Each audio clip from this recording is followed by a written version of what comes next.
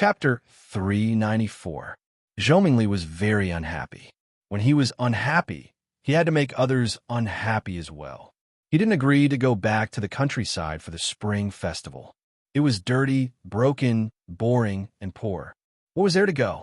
If he had a little bit of expectation for the village life before, after listening to the complaints of his classmates who had experience living in the countryside, that little bit of expectation disappeared without a trace. It turned into deep contempt and disgust. Did you know? They washed their clothes and vegetables in a small ditch at the door. They washed the vegetables downstream, and there are children peeing in the water above. I don't even dare to touch the vegetables on the plate when I eat. Whenever I see the vegetables, I think of those children peeing in the water. Their toilets are all outside the courtyard. There are no doors. When you are enjoying yourself, suddenly someone barges in. Once I was so scared that I almost fell into the Kong bed. Yes, you didn't hear wrong. Their toilets are big Kong beds. The feces inside are piled up together to ferment. There are also maggots that crawl on your shoes. What's wrong with that? The meat they eat may have maggots. They are reluctant to throw away the meat with maggots. They wash the maggots off and then continue to eat. It's so disgusting. Zhou Mingli didn't want to eat vegetables that were washed with the river water that the children peed on. He didn't want to use the toilet where maggots might crawl on his shoes. He felt disgusted when he thought of the meat with maggots on it. He didn't want to come, and neither did his father. However, his mother, Fang Yijing, insisted that she must go back to her hometown for the spring festival this year. She hadn't spent the spring festival in her hometown for many years. His father couldn't hold on any longer and agreed to his mother's request. It was hard for him to survive alone, so he had to come back. He felt that since his mother's hometown was next to Yinjing City, how poor could it be? However, the bumpy road, the car skidded a few times and almost fell into the ditch. He was filled with fear and disgust for the place he was going to. When he arrived at his destination and saw that he was actually in a primitive village, he felt that the urine-soaked vegetables and maggots in the toilet were waving in front of him. He couldn't suppress the anger in his heart anymore. He didn't dare to vent his anger on his parents, but he dared to say a few undignified words in front of his poor relatives. They could only listen to him sullenly and then apologize to him, saying that the conditions were not good and that he should forgive them. Wasn't this the style and behavior of farmer? At least, that was what Zhou Mingli thought. It was said that children's words carried no harm, but this brat's words caused the hearts of the smiling relatives to turn cold. A son does not despise his mother for being ugly, and a son does not despise his family for being poor. Swallow Dock could be considered as half of Zhou Mingli's hometown. Being belittled and scolded like this made people feel very uncomfortable. Besides, the people of Swallow Dock were naturally proud. They were suspicious and looked down on everything in the outside world. When the proud people of Swallow's Dock heard Zhou Mingli describe Swallow's Dock as a place where even birds don't shit, some people's faces turned ugly. Lu Wan and First Aunt Fang Yisin stood at the front of the crowd to welcome them. Hearing Zhou Mingli's words, they could not help but stop.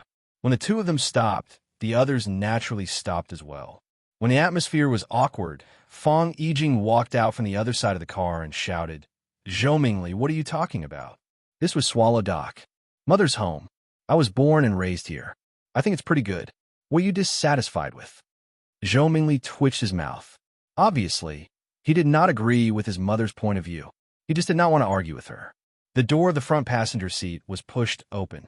Fang Yijing's husband, Zhou Fan, opened the door and got off. He glanced at his son and said to his wife, "Forget it. The kid was just joking. Don't take it to heart. Zhou Mingli is also a boy. You should save him some face in front of others." Zhou Fan also felt that it was a trivial matter. Moreover, his son was right. Swallow's Dock was a place where even birds don't shit. It was his third or fourth time coming here, but he still could not remember the way. Later, when his wife came back, he used the excuse that he was busy with work to refuse. He really did not want to come to this place. Fang Yijing was angry, but she could not argue with her husband and son in front of her brother and sister-in-law. Their views were deeply rooted. She could not change them in a short time. Zhou Fan stood there and looked at everyone arrogantly. He smiled and said, "Sister-in-law, sorry, we came back late. Luan had calmed down. She said, "It's okay. It's good that you are back. Everyone is waiting for you to eat." She turned to look at Zhou Mingli and said, "Is this Zhou Mingli? I hugged him when he was born, and I went to drink when he was 1 year old. How did he become so big in the blink of an eye?" Sister-in-law. Fang Yijing walked over and held Luan's hand. She said, "I'm sorry. Everyone must be anxious, right?" After getting off the plane, Zhou Fan said that since he was in Yinjing, he wanted to visit the leaders. After all, it would be more respectful to visit them before the new year. "My phone ran out of battery again, so I couldn't contact you." "It's okay." Luan smiled and said, "It's good that you're back safely. We were worried that something happened to you on the way, so we were going to ask Fang Yin to drive to find you." Fang Yin parked the car and walked over. He greeted his sister-in-law and said, "Sister-in-law, long time no see." Fang Yin. Sister-in-law hugged Fang Yin and said, "Your mother just said that Zhou Mingli grew fast. Don't you grow faster? You can get married now, right? Do you have a girlfriend? If you do, you must bring her home for the new year. I will help you." Fang Yin was the only child of the Fang family, so he was very loved by his 3 aunts. Fang Yin had a good relationship with his sister-in-law. His sister-in-law hadn't come back for several years, and he hadn't seen her for a long time. His heart was full of joy. "Of course," Fang Yin said with a smile. He then greeted Zhou Fan and said, "Uncle, welcome home." "Yes." Zhou Fan nodded and shook hands with Fang Yixing. He said, "Is the meal ready? I have to have a few drinks with my brother today." Zhou Fan took the initiative to talk to Fang Yixing, but Fang Hao and Zhao Qingxin, who were standing next to Fang Yixing, ignored him. Fang Hao was fine. He was a poor child and was adopted as a disciple by old Master Fang. Later, he fell in love with his master's eldest daughter, Fang Yixin, and married into the Fang family. Zhao Qingxin was a member of the Zhao family in Swallow Dock. The Zhao family not only had a high status in Neijiang, but they also had many industries outside. They were naturally proud people. He took the initiative to greet them, but Zhou Fan ignored him, so he was naturally unhappy. Fang Yixing pulled Zhou Fan into the yard and said, "It's already ready. We have to have a few drinks today. Fang Hao Qingxin, don't think about being lazy. You have to accompany Zhou Fan today. It's rare for him to come back. Numerology. Come and see your eldest cousin." Fang Yijing pulled Zhou Numerology in front of Fang Yin and said, "This is the cousin Fang Yin I told you about." Fang Yin reached out his hand. Zhou Numerology curled his lips and said, "You don't have to be so old-fashioned. You even have to shake hands." Fang Yijing slapped Zhou Numerology's head and said, "How can you talk to your cousin like that?" Fang Yin waved his hand and said, "It's okay. I'm doing this because of my condition. In fact, I don't like to shake hands with people easily." Hearing what Fang Yin said, Zhou Numerology had a good impression of Fang Yin. He looked at Fang Yin and asked, "My mom said that everyone in your family knows martial arts. Is that true?" "Yes." Fang Yin nodded. Zhou Numerology pointed at a bluestone brick at the door and said, "Can you break it with one palm?" Fang Yin laughed and said, "More or less." "Really?" Zhou Mingli's eyes widened, and he said, "Show me how you do it." Fang Yin refused and said, "Why do you have to break the brick? You've been on the road for a day. Go in and eat something. Are you hungry?" "We've already eaten," Zhou Numerology said impatiently. "We ate at Yinjing Hotel. My dad went to visit his leader for the new year, so we ate at Yinjing Hotel. Can you really break bricks? You're not lying, are you?" Zhou Numerology. Fang Yijing couldn't help but want to lose his temper. This bastard child. Why did he say all the things he shouldn't say? She called home in advance and said that she would come back to have dinner with everyone at night. However, when they arrived at Yinjing, her husband wanted to visit his leader. It was better to be early than late. The leader would be busy after the new year, so there was no chance to meet. Visiting before the new year showed respect for the leader, and it could leave a deep impression on the leader. Her husband wanted to climb his career, so, as his wife, she could only support him. When they arrived at the hotel, her son said that he was hungry again. She said that they would eat after they got home, but her husband made the decision to order a big meal for his son. It was fine if he ate, but he shouted it out in front of everyone. How would the starving relatives at home feel? Fong Yin raised his eyebrows slightly, but he didn't want to argue with his aunt's child. He said, "What's there to lie about this? It's a very common thing, but I don't think it's necessary. This is a brick for the door, and we needed to close the door." For the men of Swallow Dock, breaking bricks with one hand was more common than using an axe to chop firewood. It was not something worth showing off. He also didn't want to excitedly perform breaking bricks when the child asked. There must be more important things to do when meeting with family. Plus, he was really hungry after waiting for so long. "I didn't say anything wrong," Zhou Numerology said to his mother, dissatisfied. "You said that everyone in your family is a martial arts master, and they don't even dare to break bricks.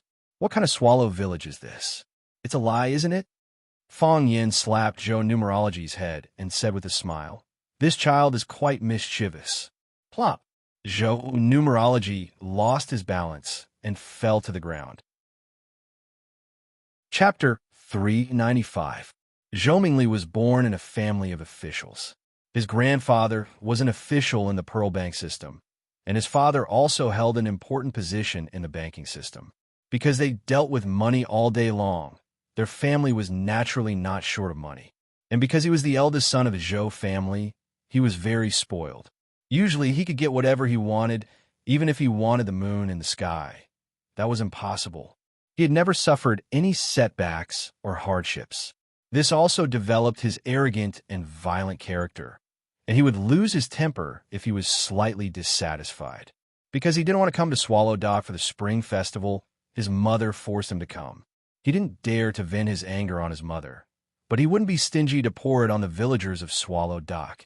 If he didn't live here, how could we come to such a place where even birds don't shit? After seeing the luxurious life in Yinjing City, he didn't want to leave. However, his parents insisted on leaving, and he couldn't spend the spring festival alone. The road was blocked by snow, and the wind was howling. The driver assigned by his father's leader almost drove the car into the ditch without any guardrail signs on both sides of the road several times. The driver gossiped a few times, which made the Zhou family feel quite disgraced. Having such poor relatives was indeed not something to be proud of. At least Zhou Fan could hide this unhappiness in his heart, but Zhou Mingli didn't care and showed it on his face. After arriving at Swallow Dock, seeing the scattered houses on the snowy plain, he felt like banging his head against the wall. This place in the middle of nowhere, except for the village, was surrounded by wilderness and lonely mountains. This was the destination where they had to stay for a few days and spend their precious winter vacation time. Zhou Mingli had the urge to turn around and run. His mother told him countless times that their village was a very amazing place, and that everyone in the village had powerful martial arts. Zhou Mingli was skeptical about this sentence. How powerful could they be? Breaking a brick with one punch? Breaking two planks with one kick? However, this was the era of technology. So what if you had martial arts? Before you could rush in front of others, you would be killed by them with one shot. Every clown in the acrobatic troupe had unique skills, but didn't they also have to jump around in the air and rely on other people's tips for a living? Even so, this was still a reason for Zhou Mingli to have a little expectation for this village. Perhaps he could always find something new to boast to his friends when he returned. Therefore, after seeing Fong Yin, he wanted to verify his mother's words and his own thoughts. He pointed at the brick and asked Fong Yin to split it open. Didn't the villagers have a desire to show off in front of the city people? If he asked them to do what they were most proud of, they must be eager to show off, right? He did not expect that his eldest cousin, Fong Yin, would actually reject him. Not only did Fong Yin not give him face, but also made him feel that the only highlight of this trip to the countryside had disappeared. There was no splitting brick at all, it was their lies. He became violent again, wishing that he could jump up and give Fong Yin a good beating. Although he didn't make a move, his tone was already impolite.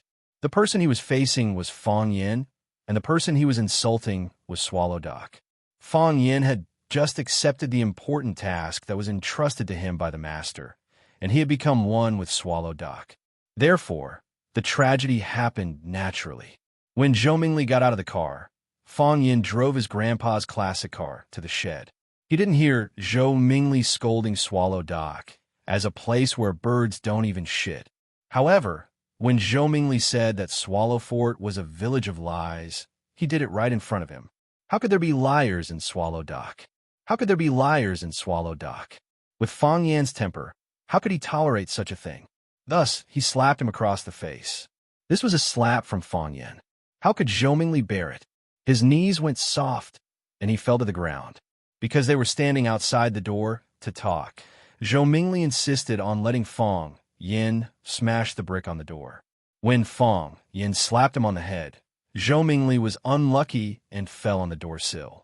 Half of his body was pressed on the raised doorway. If it wasn't for his thick down jacket, his ribs would have been crushed. Mingli, Fang Yijing saw his son suddenly fall on the ground and quickly ran over to help him up. Zhou Fan and Fang Yixing had already entered the courtyard. When they heard their son scream, they quickly turned around and saw Zhou Mingli lying on the ground, unable to move. Fang Yin moved even faster. Before Fang Yijing and Zhou Fan came over, he had already pulled Zhou Mingli up from the ground. He patted the snow and dust off his body and asked, "Mingli, are you okay? Are you hurt? The road in the village is slippery. Be careful." Fang Yijing and Zhou Fan finally reached their son's side. Fang Yijing held his son and asked, "Mingli, how do you feel? Do you feel uncomfortable anywhere?" Zhou Fan stared at the doorway in front of him and asked, "You have to watch where you're going. How did you fall?" Zhou Mingli felt waves of pain in his chest, but his anger made him lose his mind. He pointed at Fang Yin and shouted, "He slapped my head. He slapped me on purpose." "Mingli," Fang Yijing shouted, "don't talk nonsense. I'm not talking nonsense. It's all his fault." Zhou Mingli was unforgiving. His voice was as sharp as a knife as he said, "I told him to split the brick, but he didn't know how to do it. He slapped my head. He did it on purpose. He hit me on purpose." Zhou Fan looked at Fang Yin and asked, "Fang Yin this?" Fang Yin smiled bitterly and said, "I did slap Mingli's head. But it was a touch, a light touch. He asked me to split the brick, but I didn't agree. I felt that this child was quite mischievous, so I couldn't help but pat his head. I used to pat Fang Minjing and Fang Mengxiang's heads. But this was all because of me. I apologized to Mingli." "Mingli, that's enough." Fang Yijing was furious, stared at Zhou Mingli with an unfriendly gaze and said, "Are you done? If you are, then go rest in your room. Didn't you already eat? You don't have to eat dinner." Zhou Fan glanced at Fang Yin and smiled.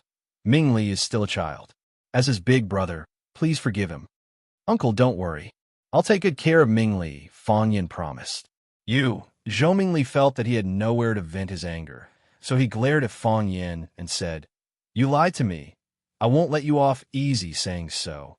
He quickly walked into the room. "Be careful. The road is slippery," Fang Yin reminded him. "Why do you care?" Zhou Mingli's tone was unfriendly. Thud! As soon as he said so, he fell to the ground again. This time, there were no obstacles on his body, so his body slid forward on the thin ice until he reached the bottom of the stairs. Fang Yin raised both hands and said, "I really didn't touch him this time." Fang Minjing clapped and laughed, saying, "So stupid, he can't even walk properly." Fang Mengxiang was even worse. He ran along the path where Zhou Mingli slipped and said, look at me, I can't even slip." Second Aunt Fang Yiling quickly ran over and pulled Fang Minjing and Fang Mengxiang to the side so that Zhou Fan and his little sister wouldn't feel embarrassed.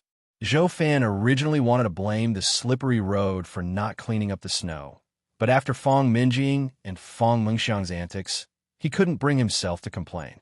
Even two young children could walk and jump freely. How could his son not be able to walk properly when he's already so old? Moreover, Fang Yin even reminded him to be careful of the slippery road, but he said, "I don't care. Wasn't this a typical dog biting Lu Dongbin? Who's the dog here?" This time, Fang Yin didn't need to do anything. Zhou Fan quickly walked over to help Zhou Mingli up and shouted with a stern face, "Zhou Mingli, can you please behave yourself? This isn't a place for you to behave atrociously." Zhou Mingli felt like all the bones in his body were about to fall apart. Although he said he didn't need Fang Yan's help, he was indeed worried about the road under his feet. However, for some reason, his knees softened, No, his entire body suddenly lost its strength, and he fell to the ground for no reason. He was a bit scared. He felt pain in his chest just now, so he was worried that he might have some side effects from the fall. Seeing that his father was angry, he didn't dare to say what he wanted to say. He shook off his father's hand and strode into the house. Fang Yijing looked at everyone apologetically and said, "You guys should eat first. I'll go help him settle down. This child is in his rebellious phase, and he always makes people worry." Lu Wan also stood up and said, "Let's eat. Let's eat. The food is getting cold." Fang Hui was also pushed out. Although the old man's legs were paralyzed, he still had his power. With him present, everyone behaved warmly and harmoniously. The main guest of the dinner tonight was Zhou Fan. Fang Yixing, Fang Hao, and Zhao Qingxin took turns to drink. Zhou Fan took the initiative to toast Fang Hui 3 times, Lu Wan, Fang Yixing, and Zhao Qingxin. He even took a toast from Fang Yan. His mind was not very clear, and when he spoke, his tongue began to waver.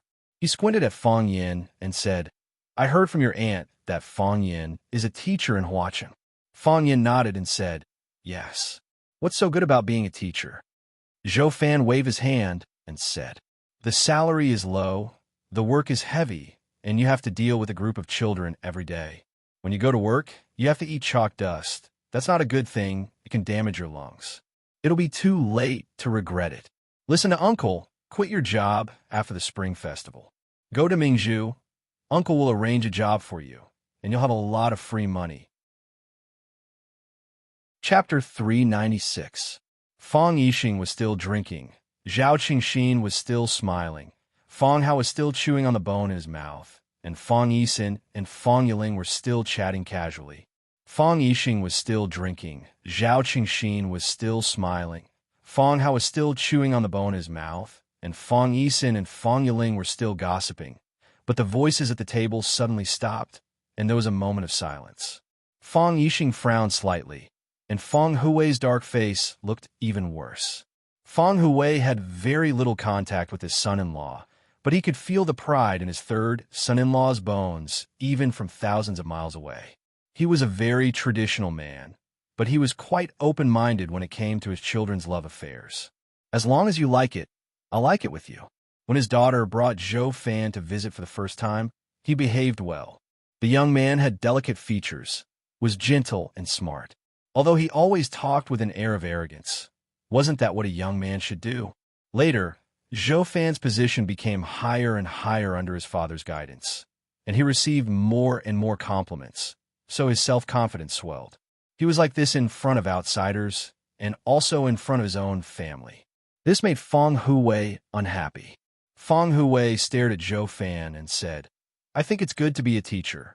Teaching and educating people is a good thing. It's a great thing to cultivate talents for the country. You don't have to worry about Fang Yan's work." Fang Hui put down his chopsticks and said, "You guys eat. I'll go back to my room to rest. I'm getting old and can't sit still anymore." Hearing that their father was going back to his room, Fang Yixin and Fang Yiling quickly got up and pushed the old man to the backyard. Zhou Fan's proposal was opposed by his father-in-law, so he was a little unhappy.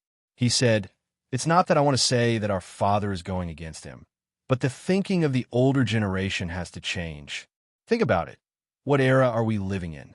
Teaching and educating people is a good thing for the country. But we have to think about our children, don't we? Fang Yan isn't young anymore.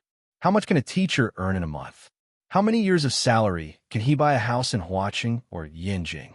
Without a house, what will Fang Yan do when he gets married?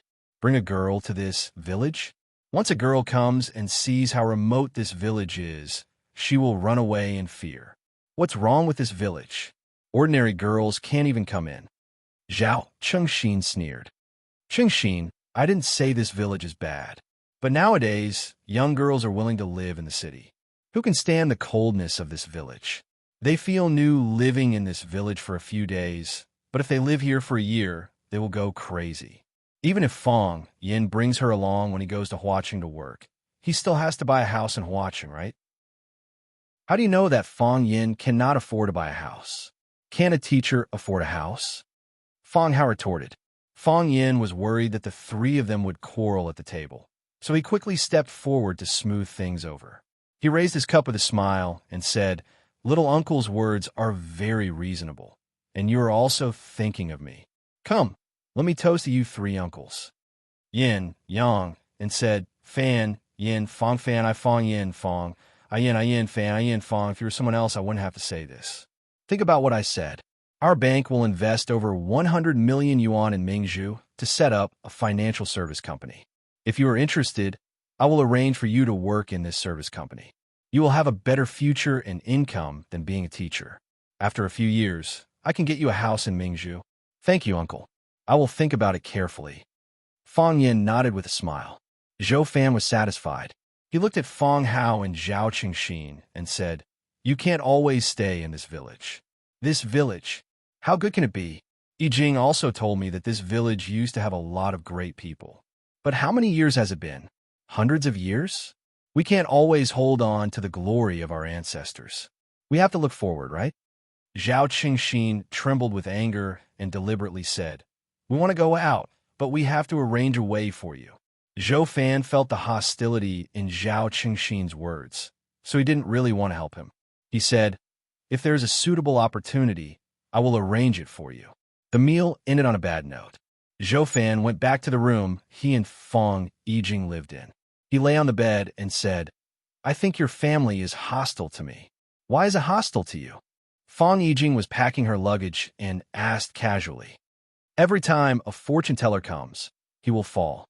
I can see that the boy really suffered a loss in the hands of Fong Yin. Otherwise, he wouldn't be so emotional.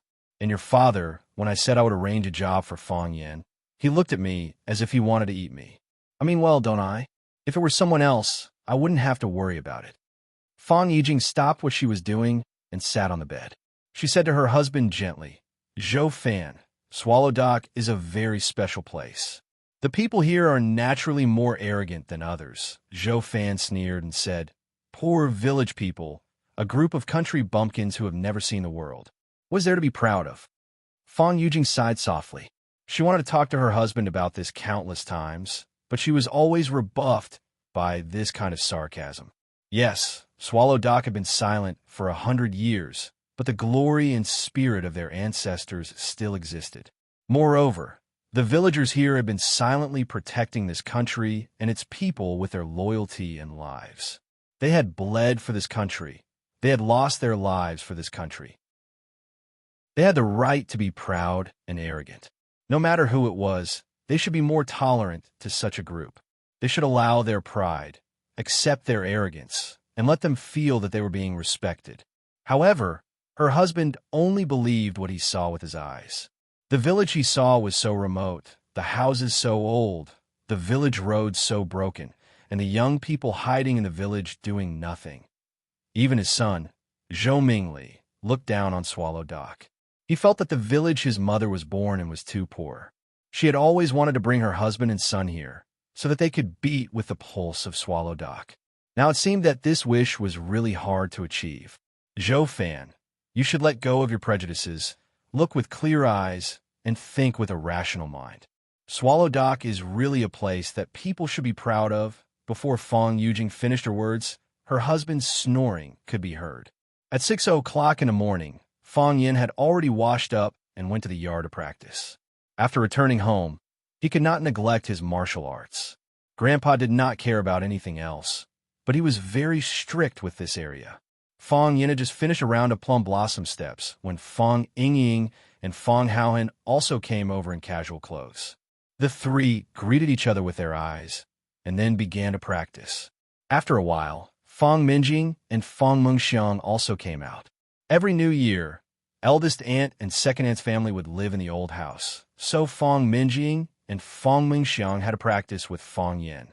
Fong Hao and Zhao Qingxin also had to practice, but they would practice in the Fong family's martial arts hall, not with the younger generation. Zhou Mingli had also woken up. He wore a thick down jacket and held an iPad in his hand. When he saw Fong Yin leading a group of people to practice, he pouted and began to play games on the iPad. The sound of the game was very loud, and it brought a lot of noise to the people who were practicing. "Can you turn off the sound?" Fong Mingxiang had the least concentration, and when he heard the sound of fighting in the game, his attention was drawn away. I'm playing my own game. What does it have to do with you? Zhou Mingli naturally would not listen to a child. Do you believe that I will hit you? Fong Mingxiang said angrily. To Fong Mingxiang, Zhou Mingli, who could not even walk steadily, was no match for him. Fong Mingxiang, Fong Yin said to Fong Mingxiang as he practiced, keep your voice low and focus your mind. These noises are your obstacles. Only by overcoming these obstacles can you become a master like your father. Fong Mingxiang admired Fong Yin very much. After hearing Fong Yin's words, he said, I don't want to become a master like my father. I want to become a master like big brother Fong Yin. Okay. Fong Yin smiled and nodded. It felt good to have a hardcore fan at home. Then practice hard. Don't be disturbed by the noise outside. Okay, I will. Fong Mingxiang closed his eyes and focused on practicing his stance. As expected, he was no longer disturbed by external forces. Zhou Mingli sneered and said, you can only fool children. Zhou Fan had drunk too much last night, so he got up late today. After washing up, he did not want to stay with the Fong family, so he got up and took a walk in the village. When he walked to the entrance of the village, he saw a row of cars driving toward the village. There were cars coming to such a remote and rundown village. When he saw the license plate number, his heart could not help but beat faster, and his face was full of disbelief. He rubbed his eyes and looked again. The cars were right, and the license plate number was right. One of the cars' license plate number was the car of his leader's leader. He had seen the leader from afar when he went to Yin Jing Hotel to pay a New Year's visit to his immediate superior. Why did he come to this poor and rundown village? Could it be that the leader also came from this village? Thinking of this possibility, Zhou Fan's heart pounded fiercely. Here's my chance. Zhou Fan ran to the village behind the motorcade. He met an old man who was collecting dung. He pointed to the cars and asked, Uncle, which cars belong to which family? Which family? The old man looked up and said, to the Yi family. The third son of the Yi family is back. Chapter 397. The 29th of the 12th month, also known as Little New Year's Eve. Every family held a banquet. People came and went to visit other people. And burning incense outdoors was called heavenly incense. It usually took 3 days. When Fong Yin sat in the living room chatting with his mother and aunt, Yi Fengsheng came to find Fong Yin, saying that his third uncle was back and asked him to go to his house for lunch. Fong Yin glanced at his mother, Lu Wan. Lu Wan smiled and said, Fengsheng came to invite you, just go. Anyway, your aunt won't be leaving for a while. We'll talk when you come back tonight. Fong Yin nodded and said, I'll be there soon. Yi Fengsheng saw that Fong Yin had a guest, so he didn't stay any longer and said, I'll wait for you at home. Go there early. Third uncle said he wants you to help pour wine at noon. There's a guest at home? Third uncle's guest. Yi Fengsheng said. Yi Dowling used to be in charge of the research of Hua Xia's economic system, so he naturally had to be surrounded by many big shots in the financial system. Now that he was promoted and held an important position, there would naturally be more people crowding around him. Tomorrow was New Year's Eve. No matter how busy Yi Dowling was, he would come back to have a reunion dinner with the Yi family's ancestor. It was reasonable that his subordinates received the news and came to visit Yi Dowling in advance. However, why did he ask him, a junior of the Fong family, to go there? If it was just pouring wine, Yi Fengsheng could do it well. Although his image was worse than him, he was still a descendant of the Yi family, wasn't he? Yi Fengsheng left, but Zhou Fan came back. He looked serious and seemed to have something on his mind. He made an excuse to ask his wife to help find a tie and pulled Fong Yijing to the room. He closed the door and whispered, Is there a Yi family in Swallow Dock? There's a Yi family. Fong Yijing looked at her husband in confusion and said, Why do you ask? Zhou Fan was excited. He grabbed his wife's hand and asked, Was the relationship between your two families? Do you have any contact? Aren't people from the countryside all related to each other? Are you relatives? No. Fong Yijing shook her head. The relationship between the Fong and Yi families has never been good, and they're even hostile toward each other. Zhou Fan, what are you trying to say? How did the Yi family provoke you? Fong Yijing was telling the truth. In the past, the relationship between the Yi family and the Fong family was not harmonious. Every year, when Fong Yin and Yi Ro competed, the Yi family and the Fong family always regarded each other as their biggest rivals and often criticized each other. Now that her husband asked about the relationship between the two families, she could only tell him what she knew before. She didn't know that Fong Yin had taken the little princess of the Yi family, Yi Ro, for a walk by the Shahizi River. Zhou Fan could not vent his anger, so he said in a muffled voice, "Your Fong family will be killed by your own stupidity." For such a high-level leader to pay a visit to the Yi family, it proved that the Yi family must have an extraordinary existence. They both resided in Swallow Dock, yet the Fong family actually had a conflict with the Yi family. Wasn't this just seeking death? His wish to use the Fong clan's connections to build a relationship with the Yi clan had been dashed, so he was naturally in a bad mood. "Zhou Fan, how can you say that?" Fong Yijing was angry and yelled. Zhou Fan loved his wife very much. Seeing that Fong Yijing was mad, he did not want to argue with her anymore. He snorted and said, "We will be dragged down by your family sooner or later. Who will drag you down? If you don't want us to drag you down, go home. I know you don't want to come here, and I know you look down on us. If so, don't come here anymore." Fong Yijing was also irritated by her husband's arrogant attitude. She pointed at the door and yelled, "Let's go. Who do you think wants to come here?" Zhou Fan could not suppress his anger anymore and yelled. Hearing the argument in the room, Lu Wan, Fong Yisin, Fong Yiling, and the others who were chatting outside all came in. Lu Wan was the mistress of the family. She asked, "Yijing, Zhou Fan, what happened? Why are you arguing?" Fong Yijing did not want to say bad things about her husband in front of her sister-in-law. It would only embarrass her even more. Zhou Fan hated the Fong family, so he did not want to answer Lu Wan's question either. "It's the Spring Festival. What can we talk about?" Fong Yisin was the eldest sister. She walked over and held her younger sister's hand. She said, "If each of you give way, the conflict will be solved. You finally come back for the Spring Festival. Why are you quarreling? We are a family after all. Don't be a joke to outsiders, right?" Fong Yijing felt bitter, but she could not say anything. Zhou Fan felt very upset, so he went to the yard to smoke.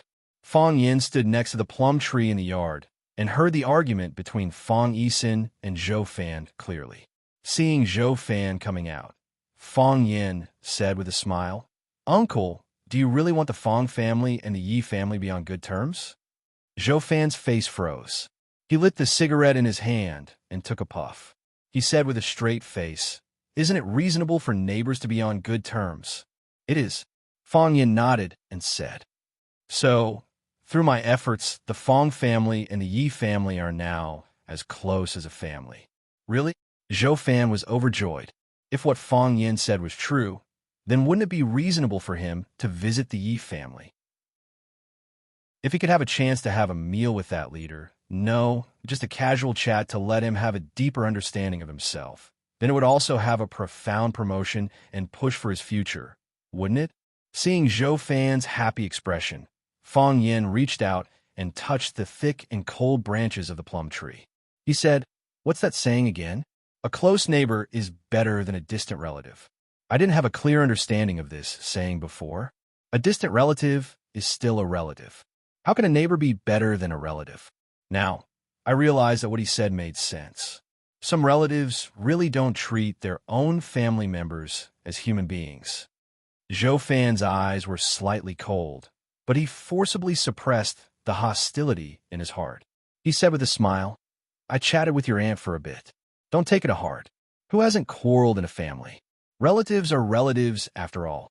If I didn't treat you as relatives, would I have taken the initiative to suggest finding a job for you last night? Do you know how many people come to me for help with their work problems every day? Yes, that's why I have to thank you for your kindness, Uncle." Fong Yin nodded and said, "But I have to be honest. After a night of careful consideration, I still decided to go to Huacheng to be a teacher, because this is a job I like and also a job that can give me more insight into life." After becoming a teacher, Fong Yin understood the importance of responsibility. After becoming a teacher, Fong Yin understood the importance of morality and rules.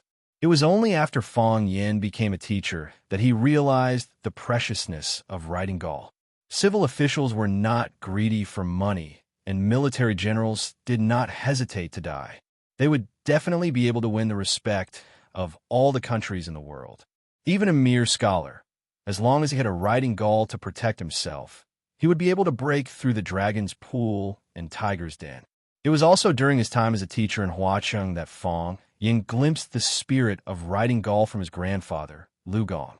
That was why his Tai Chi heart, which had been silent for a long time, trembled and began to spin again. He disregarded life and death and took the risk to accept the challenge from the Thousand Leaves Army, which led to another breakthrough in his Tai Chi heart. Wasn't it because his heart was cleansed and his soul was sublimated? According to Fong Yan's personality in the past, he would definitely turn around and run when he met a top expert like the Thousand Leaves Army. Then, he would crawl into the Yi family and never come out again. Fong Yin was grateful for his trip to Huacheng, for Rosefinch High, and for everyone he met on this trip. Of course, Jiang Junling was an exception. It was because of them that his life was so exciting and fulfilling. The Fong family also understood the significance of Rosefinch High to Fong Yin, so no one asked Fong Yin to leave. Even Fong Huwei felt that his grandson had gained a lot from this trip. If he could break through the realm again, it would be a great thing for the Fong family. This was also the reason why everyone had a strange expression when Zhou Fan proposed to help Fong Yin find a job last night. Zhou Fan was like a poor millionaire. No matter how hard he tried to show off his wealth, the millionaires in the audience wouldn't give him warm applause. For the men of Swallow Dock, improving their martial arts was the most important thing. Since this is your choice, I will express my understanding and respect, Zhou Fan said with a smile. He didn't care where Fong Yin was going to work or if he had a job. You said that the Fong family and the Yi family are as close as a family, but just now your aunt said the two families didn't get along very well. Yi Daoling, does Uncle know this person? Fong Yin asked with a smile. Zhou Fan's pupils shrank and his breathing became rapid. Yi Daoling, if he was still unfamiliar with him before, then with his latest transfer order being released through various media, it had attracted the attention of the entire country. It was an extremely rare opportunity to get in touch with a leader like Yi Daoling. He tried hard to control his excitement and said, Yi Daoling is also from Swallow Dock. Yes. Fong Yin nodded with a smile. Just now, his nephew came to me and said that third Uncle Yi asked me to go to their house for lunch. It is said that some guests came to their house, and I have to go pour some wine. Why should I go pour wine for them? I really don't want to go. Zhou Fan opened his mouth. After a long time, he said softly, How about I go with you? I have accumulated some experience in pouring wine. That won't do. Fong Yin refused. They didn't invite you. I don't want to invite you either. If I rashly bring you in and make the master unhappy, what about our Fong family? Chapter 398. What will happen to the Fong family if you drag us down? At first glance, this sentence sounded somewhat familiar. He thought about it and remembered that it was something he said when he was arguing with his wife, Fong Yijing. Of course, what he said was, We will be dragged down by your family sooner or later. He said it as if it was a matter of course, but it was filled with anger and resentment. Why did it sound so ear-piercing, like he was mocking and mocking him? Zhou Fan understood that Fong Yin was taking revenge. He had heard what she had said just now, and then returned the favor. It had to be said that the feeling of stabbing oneself to death with one's own poison sword was really unbearable. Zhou Fan's face turned livid. He stared at Fong Yin with anger in his eyes and said, Fong Yin, what are you talking about? No matter what, I'm still your uncle, your elder. How can you be so disrespectful to your elders? Didn't you say that the villagers of Swallow Dock are very particular about etiquette? Is this what you call etiquette? Fong Yin laughed and said, Uncle, are you angry? Zhou Fan felt like he was stabbed in the chest again. No, it was one slash after another. There was no pause at all. Although it was a simple question, why did it sound so infuriating? It's right to be angry, Fong Yin said with a smile. Because when I heard what you said, I was angry to Uncle. Actually, our Swallow Dock is really a reasonable place. Not only do we respect etiquette, but we also respect reason. If others respect us, we will respect them tenfold. This was the etiquette of reciprocity. We will not offend those who do not offend us. But if we are offended, we will return the favor. This is the principle of distinguishing kindness and hatred. You don't talk etiquette to us, and you don't reason with us. Swallow Dock naturally won't show etiquette or reason with you. So you have a reason to humiliate your elder in this way? Zhou Fan sneered. He had not been humiliated like this for many years. Fang Yan's behavior was equivalent to openly offending him. How is it humiliating? This is the principle that if someone offends me, I will return the favor. This is the first iron rule of our Swallow Dock that has existed for 1,000 years. I know, I always thought that you looked down on the Fang clan. Your Zhou family is considered the #1 figure in Mingzhu's banking system. What does our Fang family have? A cripple, a drunkard, a bookworm, a woman, and a child. Far away in a deserted village, living in an old house. What's so special about you? So, year after year, you didn't want to step into the Fang family's door. Sometimes, Auntie came back alone, but you and your son were nowhere to be seen. Annie never complained about you, nor did she say anything bad about you. She always explained that you were too busy with work and couldn't travel with us. Actually, we're not stupid. We all know what the real situation is. We understand Auntie's difficulties. We didn't want to expose her. We didn't want to embarrass our sister-in-law. On one side were her parents, brother, and sister-in-law. On the other side were her husband and son. Both sides were flesh. Which side could she stand on? Sister-in-law says you're very busy, so we'll assume that you're really busy. Annie says you don't have time to come back, so we comforted her and told her that it's okay. You can come back together next time. Annie is my auntie, my father's sister, and my grandfather's daughter. We all want her to live a happy life, and we don't want her to suffer any grievances in the Zhou family. We think that if we are more lenient and take care of you, you'll be able to feel our kindness, and you'll treat my auntie better.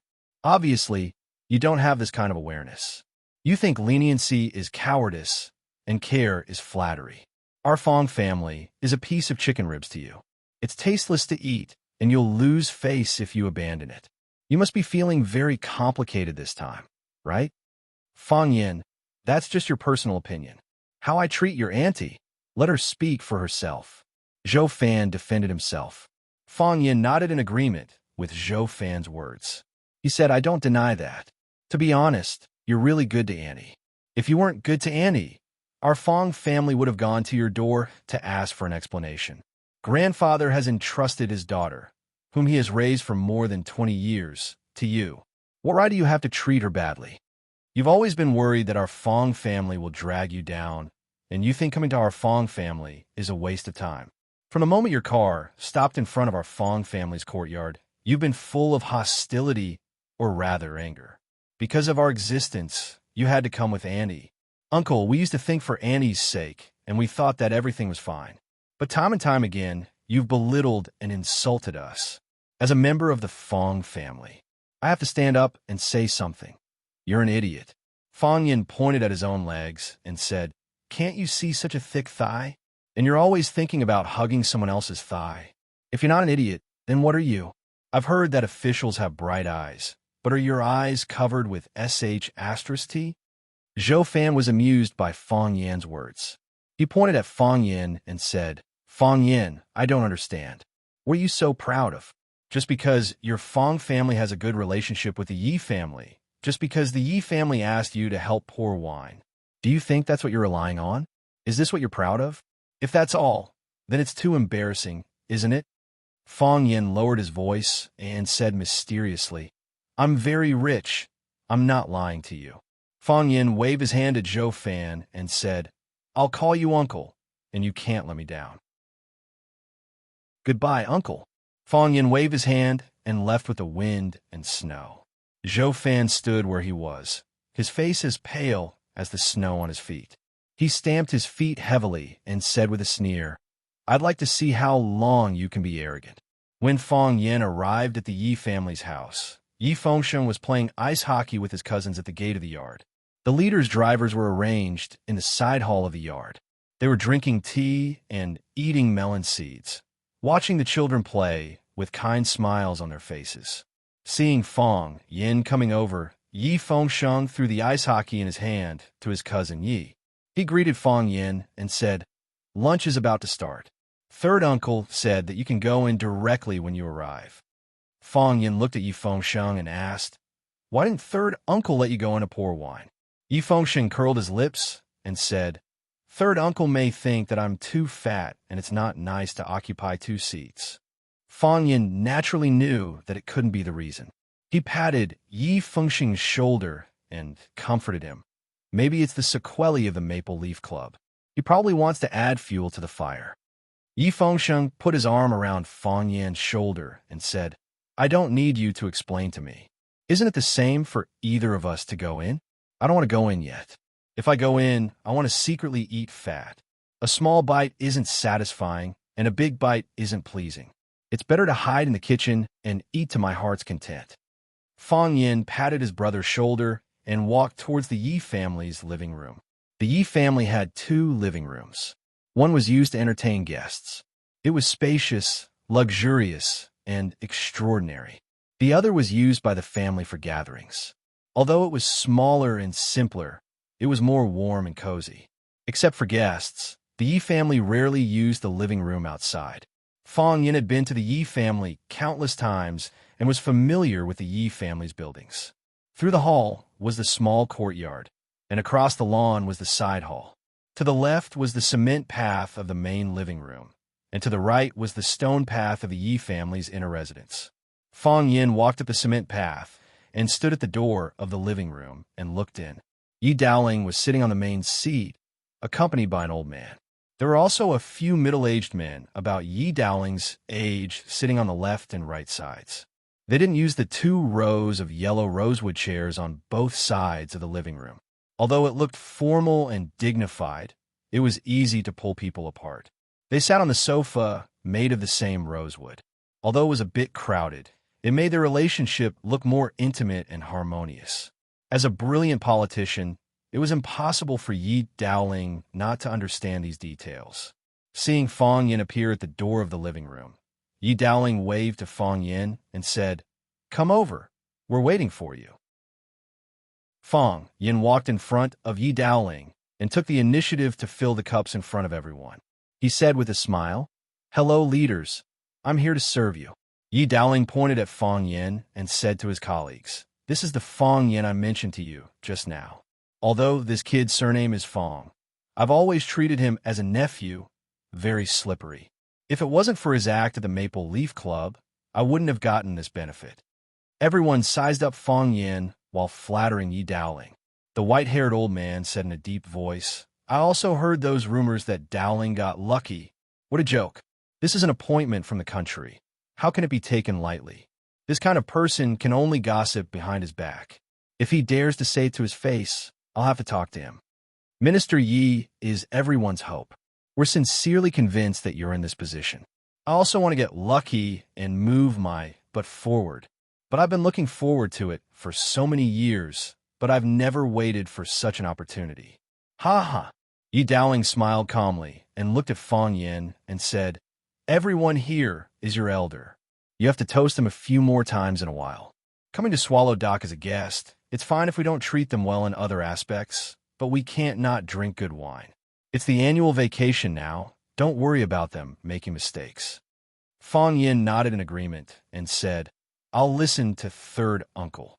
Only then did Fong Yin understand that Yi Dowling pulled him over to support him and introduce some connections. Perhaps he was also worried that his family would vent their hatred on Fong Yin. Chapter 399. Fong Yin forced Mr. Gong to push Yi Dowling behind his back. Whether it was intentional or not, it allowed him to occupy that important position. It wasn't an exaggeration to say that Fong Yin owed Yi Dowling a favor. When Yi Dowling was entertaining his subordinates at home, he let Fong Yin, this junior, pour wine at the table. He also had the intention to help him increase his reputation and network. The Zhang family lost this important city, so they naturally had hatred in their hearts. If they imposed their hatred on Fong Yin alone, Fong Yan's situation would be very dangerous. However, Yi Daoling was now in a high position of power. Even if he couldn't compete with the Jiang family couldn't do anything to him. He stood up and said that Fong Yin was his nephew. The things that Fong Yin did were all because of him. When these words reached the ears of the people in Yanjing City, they would naturally help Fong Yin share some of the gunfire. Moreover, there was an implicit meaning of protection. The Yi family had always been very good at distinguishing between gratitude and grudges. Sure enough, because of Yi Daoling's strong recommendation, and he had changed the topic to Fong Yin several times, how could the few people present not understand the meaning of this leader? They drank and chatted with Fong Yin. When they were 30% pretending to be drunk, exchanging phone numbers with each other was the proper meaning. After the lunch banquet ended, the guests from afar were all drunk by Fong Yin and Yi Daoling. Their alcohol tolerance was not bad, but compared to Fong Yin and Yi Daoling, this kind of abnormal guy who drank knives like water since childhood, it was not worth mentioning. Their driver played a role at this time, supporting the leader to the parking lot at the entrance of Swallow Dock. The parking lot was actually a rice field used by the villagers to harvest grain during the busy farming season. Now that the grain was collected, there was nothing on the rice field except for a few haystacks. It was wide and flat, a natural parking lot. The drivers all felt strange. The car could obviously drive directly to the Yi family's door, so why did the leader let them get off at that parking lot? Of course, no one would be stupid enough to ask the leader for the reason. It was just that it was more difficult to support the leader now. Fong Yin and Yi Daoling sat back in front of the coffee table and drank tea. Yi Daoling looked at Fong Yin and said, "I only have 2 days of vacation. Today, I will entertain my colleagues at home. Tomorrow, I will have a reunion dinner at home. On the first day of the new year, I will accompany the Prime Minister on a visit. This might be the last time we meet before the new year. We might not have the chance to meet again after the new year. Were you going to watch him?"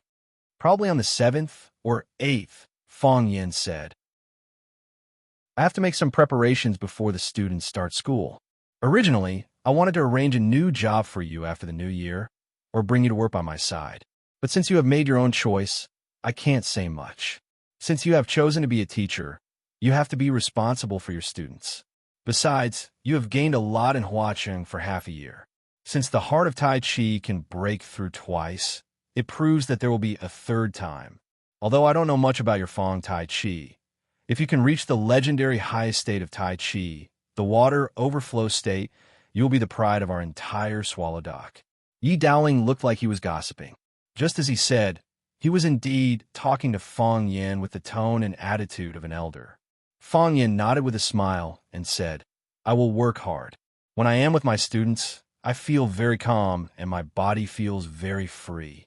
I think this is also the reason why my heart of Tai Chi can break through.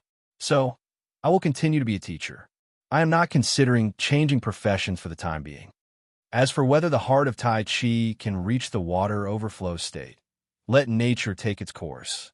This kind of thing can't be forced. The heart of Tai Chi won't have the word forced. Of course, I am also looking forward to such a day." Yi Daoling nodded and said, "Write down Donghai's phone number. If there is anything, you can call him directly. I often have meetings, so my time is not as free as Donghai. If there is a problem that I can't solve, I will ask Uncle Donghai for help." Fong Yin said with a smile. If someone threw an olive branch, he would naturally accept it with both hands. Yi Daoling put down the teacup in his hand and said, "I'm going to read a document, so I won't sit with you. You young people find your own fun." Fong Yin got up and sent Yi Daoling off. Yi Fengsheng ran over and asked, "Third uncle left?" "Yes," Fong Yin said. "Did you speak up for me? Let him let me out after the new year?" "No," Fong Yin said. "Why not?" "Because I think he will definitely not agree. The Yi family hopes that you can focus on martial arts, so they naturally don't want you to go out and be distracted by other things," Fong Yin said. After a pause, he whispered to Yi Fengsheng, "If you really want to go out, then go out." Yi Fengsheng stared at Fong Yin with wide eyes and said, "You want me to run away like you? We are not running away. We're just going out to find inspiration," Fong Yin said. Look, I went out and broke through the heart of Tai Chi. Maybe if you go out, your white tiger fist can also enter the upper stage of Peri-Celestial. It is also possible to directly become a tiger. Yi Fengxing nodded and said, "Let's go. I will take you to a place."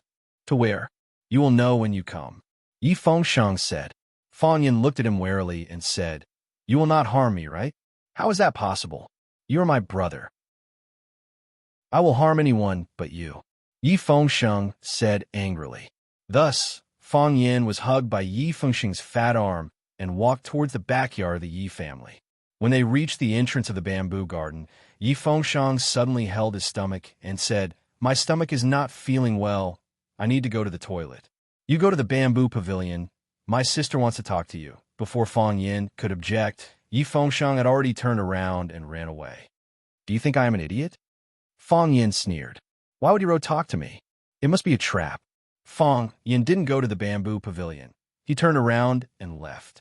Fang Yin had just gotten home and was about to rest when his phone rang in his pocket. It was a message from Yi Fengxiang. "How dare you stand my sister up?" Fang Yin jumped out of his bed in shock. "Is Yi Ro really looking for me? That bastard Yi Fengxiang. Why is he not lying all of a sudden?" Zhou Fan was in a bad mood. He wanted to drive back to Yanjing immediately and buy a ticket to Mingzhu to spend the Spring Festival with his parents and family. But if he left now, he would lose face and his relationship with his wife would worsen. He hated Fang Yin and the Fang family to the core. Since he didn't want to stay with the Fang family, he wandered around the village by himself. He had to admit that the winter in the north was really charming. Although Swallow Dock was in a remote location, the scenery was quite good. Both the Ice River in Shahizi and the Ice Mountain in Little Green Mountain were beautiful. Zhou Fan walked along the shore of Shahizi and planned to go to the foot of Little Green Mountain to have a closer look.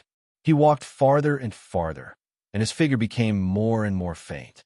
Whoosh! He heard the sound of snow being stepped on behind him. He turned around, but there was no one behind him. When he turned around, he saw a man in a black robe and a hood standing in front of him. Zhou Fan was taken aback, and he stepped back. When he regained his balance, he asked anxiously, "Who are you? What do you want? Are you Fang Yin?" "Fang Yin, I'm warning you. Don't play this kind of trick with me." He had received a high level of education, so he naturally didn't believe in ghosts.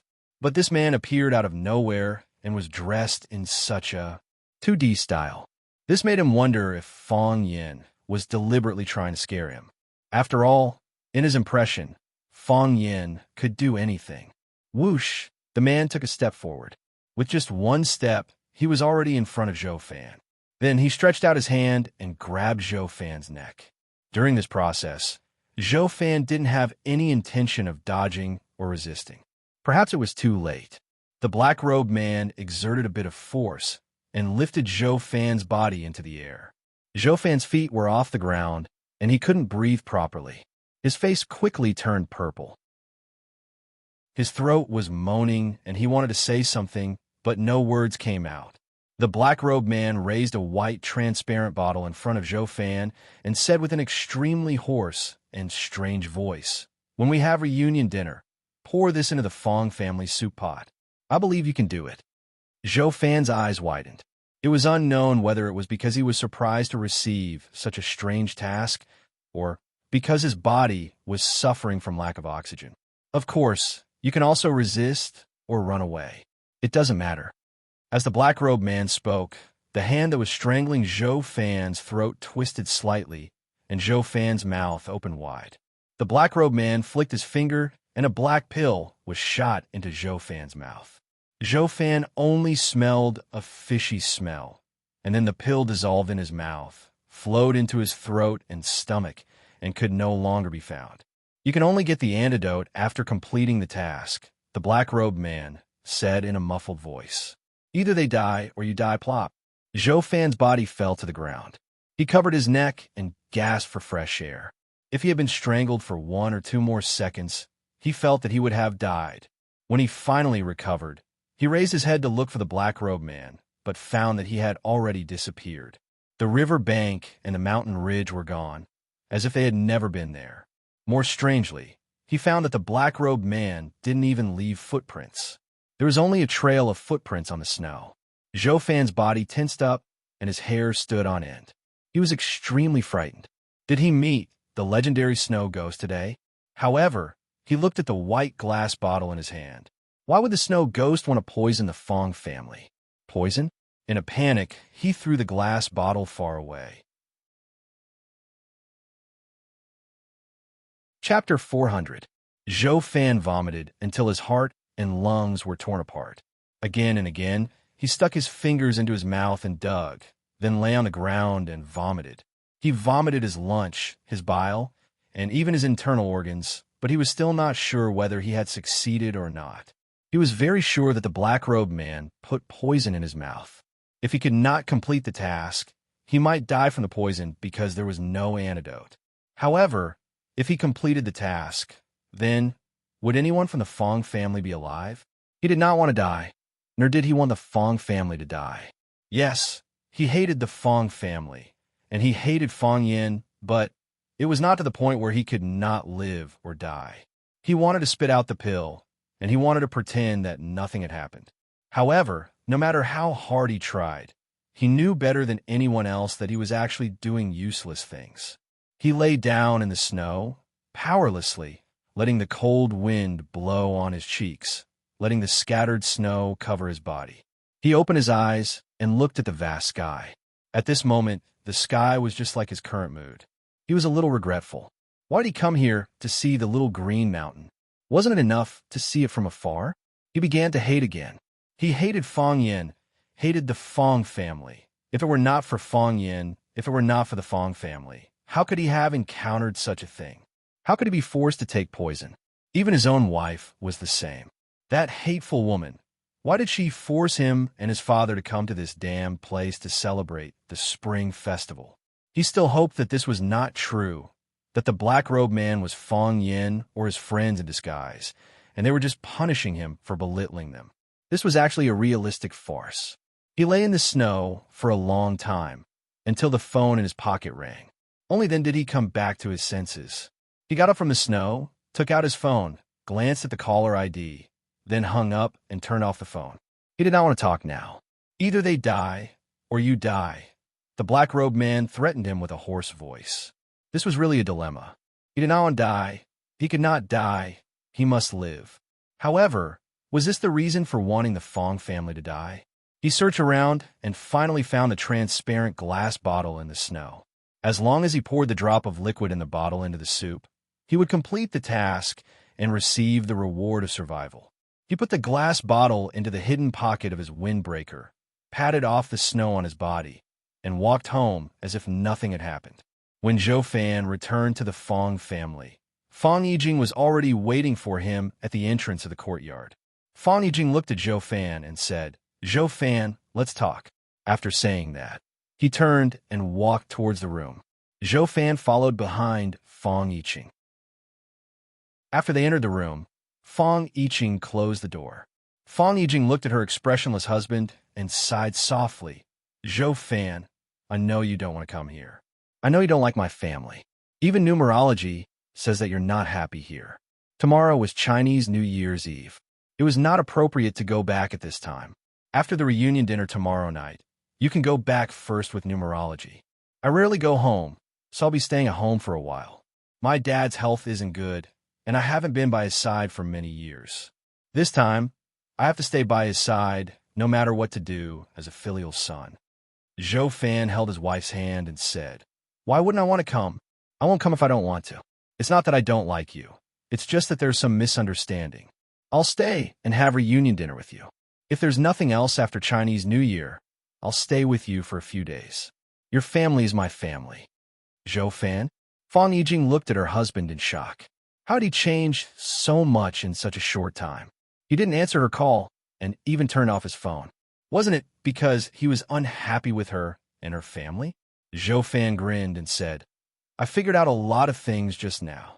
I do have a problem with my body. I'll talk to them." Zhou Fan, thank you. Fong Yijing held her husband's hand tightly and said gratefully, "They ate dumplings on Chinese New Year's Eve. According to the old rules of Swallow Fort, although dumplings weren't the main dish for reunion dinner, it was an essential reunion dinner. Fish, meat, seafood, and wild vegetables were the main dishes. After eating and drinking, they would eat a few steaming dumplings. Oil would be left at the corners of their mouths, and their lips would smell fragrant. That beautiful feeling of happiness could last from the old year to the new year. On the afternoon of Chinese New Year's Eve, Fang Yin didn't go out. He stayed at home with his mother and 3 aunts to make dumplings. His mother, Lu Wan, took out 2 pieces of white jade from her purse. After washing them with clean water, she solemnly put them into the dumpling bag and said, "These are auspicious dumplings. Whoever eats them will be the luckiest person." Fang Minjing's face was full of joy. She said crisply, "I'll definitely eat them." Eldest aunt, Fang Yisin, took a look at the white jade and joked, "You're really generous." Zhou Mingli was sitting on the sofa playing games. When he saw his aunt put the white jade into the dumpling bag, he said in disgust, "Disgusting. I hope I didn't eat them." Fang Yin raised his eyebrows and was about to get angry. Lu Wan gave him a look to tell him not to cause trouble. Fang Yin didn't want to make his mother angry on Chinese New Year's Eve. He washed the flour on his hands and said to Zhou Mingli, "Mingli, didn't you want to see me split the brick with one hand? Let's go. I'll show you." Zhou Mingli looked at Fang Yin in confusion and said, "You're not lying, are you? How can I lie about this?"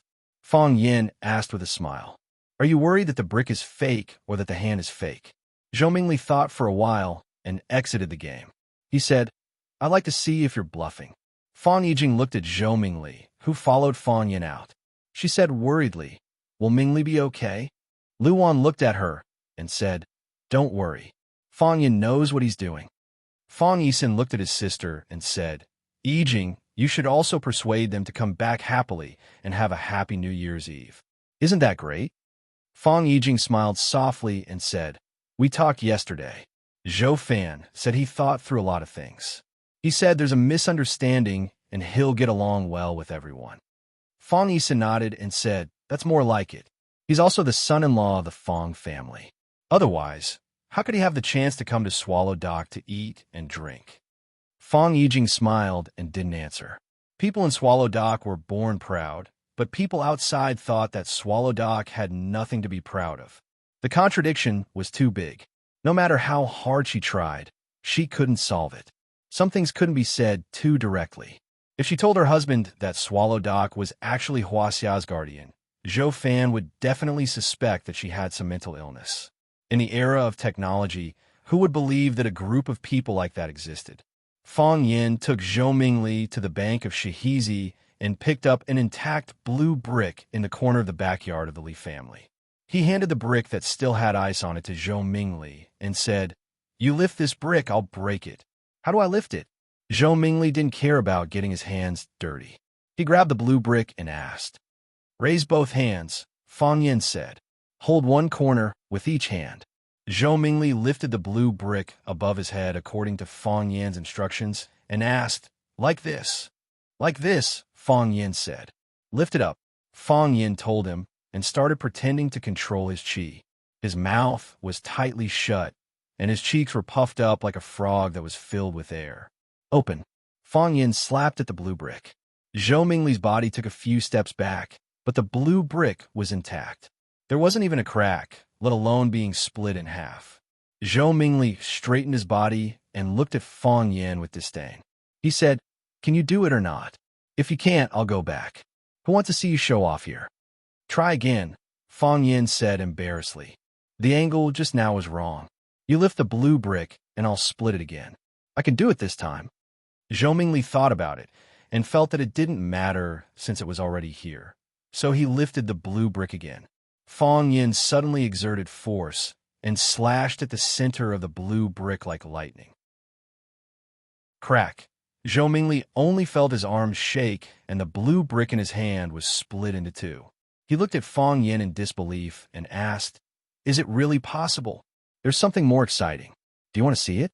Fang Yin said with a smile, his voice full of temptation. "What else?" Fang Yin pointed at a crooked tree next to him and said, "You climb up this tree and throw the brick down. When the brick falls, I'll cut it in half. When the brick hits the ground, you'll find that the brick will split into two. Impossible? Zhou Mingli's curiosity was piqued. Do you think this is a movie? Try it if you don't believe me. Zhou Mingli looked at the crooked tree and said, "This tree is icy and slippery. I'm afraid I can't climb it."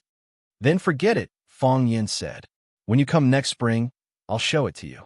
Zhou Mingli hesitated again and again, but he still didn't want to give up. He said to Fong Yin, "I'll try climbing. Help me." "Sure." Fong Yin reluctantly agreed. With Fong Yan's help, Zhou Mingli finally climbed up the crooked tree with great effort. Zhou Mingli hugged the tree trunk and shouted to Fong Yin, "Pass me the brick." "Brick? What brick?"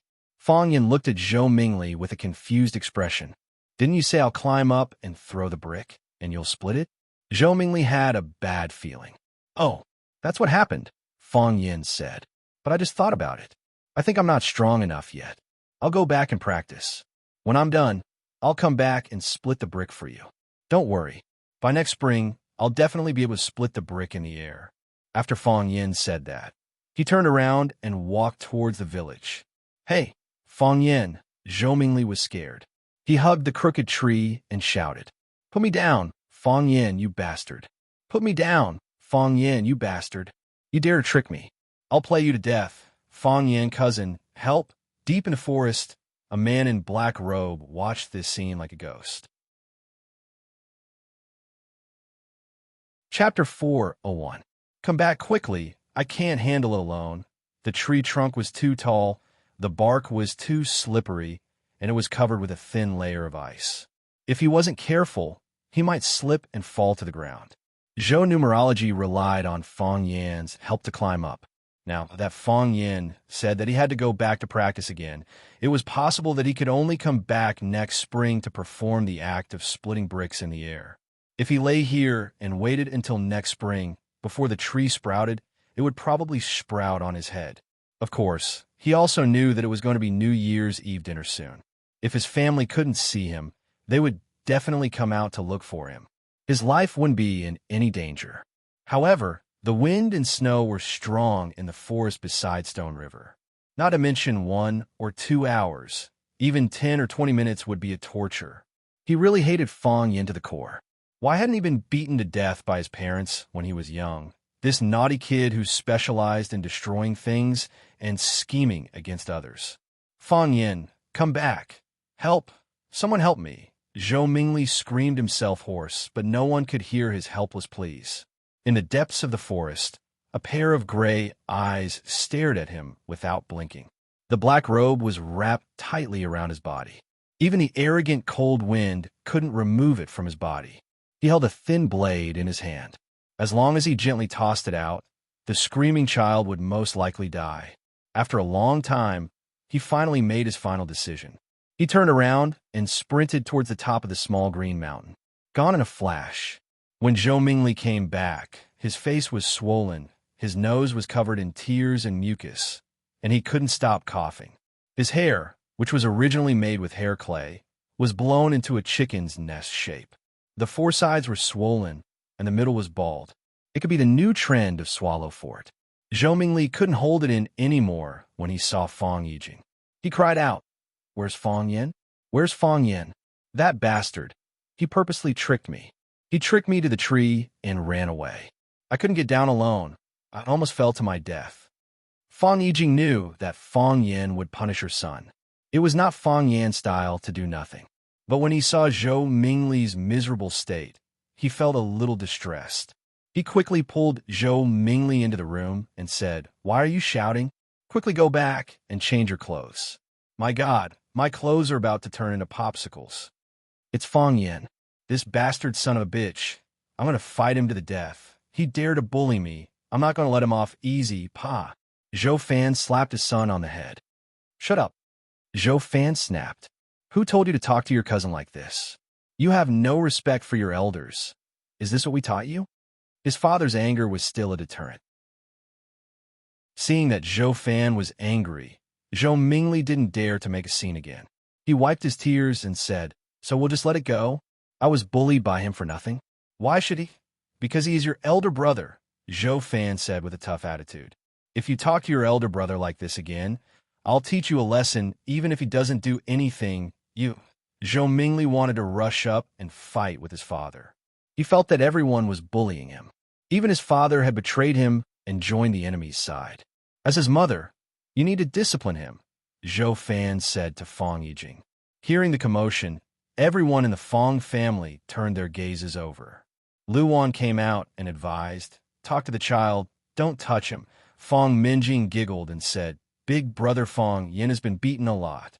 "You little girl." Lu Wan was amused by Fang Minjing's words. She grabbed the 2 braids on her head and said, "If you dare to talk to adults again, I'll sew your mouth shut with a needle."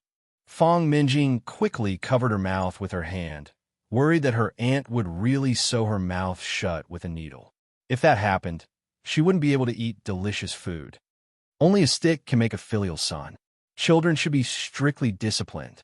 If they're like this now, what will happen in the future? Zhou Fan said.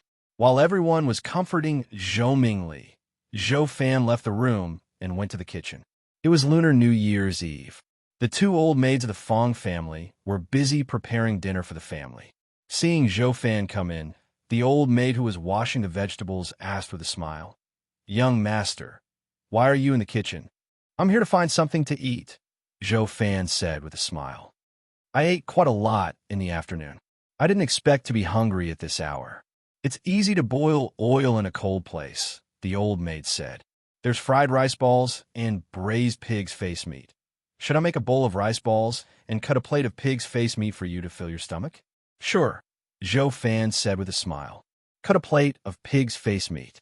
The old maid wiped her hands on her apron, then took a pig's ear from the pot and cut it into strips. Zhou Fan stood next to the old maid and pretended to watch her cut the meat. But when the old maid's body blocked the other old maid's view, he quickly unscrewed the white bottle of potion in his hand and poured it into the soup pot. There was only 1 drop of the potion, and it didn't even make a splash when it was poured into the soup pot. The old maid looked at Zhou Fan looking at the soup pot and said with a smile, "This is mountain mushroom pheasant soup. The mushrooms are picked from the mountains, and the pheasant is hunted from the mountains. You city people can't eat it." "Yes, people in the city eat expensive and nutritious food," Zhou Fan said with a smile. "There's also gutter oil. Drink a bowl later to replenish your vitality," the old maid said. She deftly put the pig's ear on a plate, then handed a pair of chopsticks to Zhou Fan and said, "Young master, eat this first." "Thank you." Zhou Fan took the plate and said gratefully. When Fang Yin came back from outside, Zhou Mingli was already sitting on the living room sofa playing games. When he saw Fang Yin come in, his eyes almost shot out thousands of sharp little swords to stab Fang Yin into pieces. Fang Yin sat next to Zhou Mingli and asked with concern, "Cousin, you're back? Did you catch a cold?" Fang Yin, "Don't be mean to me. I'll be even more mean if you're mean to me." Fang Yin interrupted him and said with a low voice, "You've seen it. I can break a brick with my bare hands. If I cut your spine with a knife, do you think you can still stand up? Don't you dare. Do you want to try?" Fang Yin said with a smile, "I have inner force. If I hit you, you won't feel on the spot, but after a month, the side effects will slowly show." Zhou Mingli felt a chill on his back.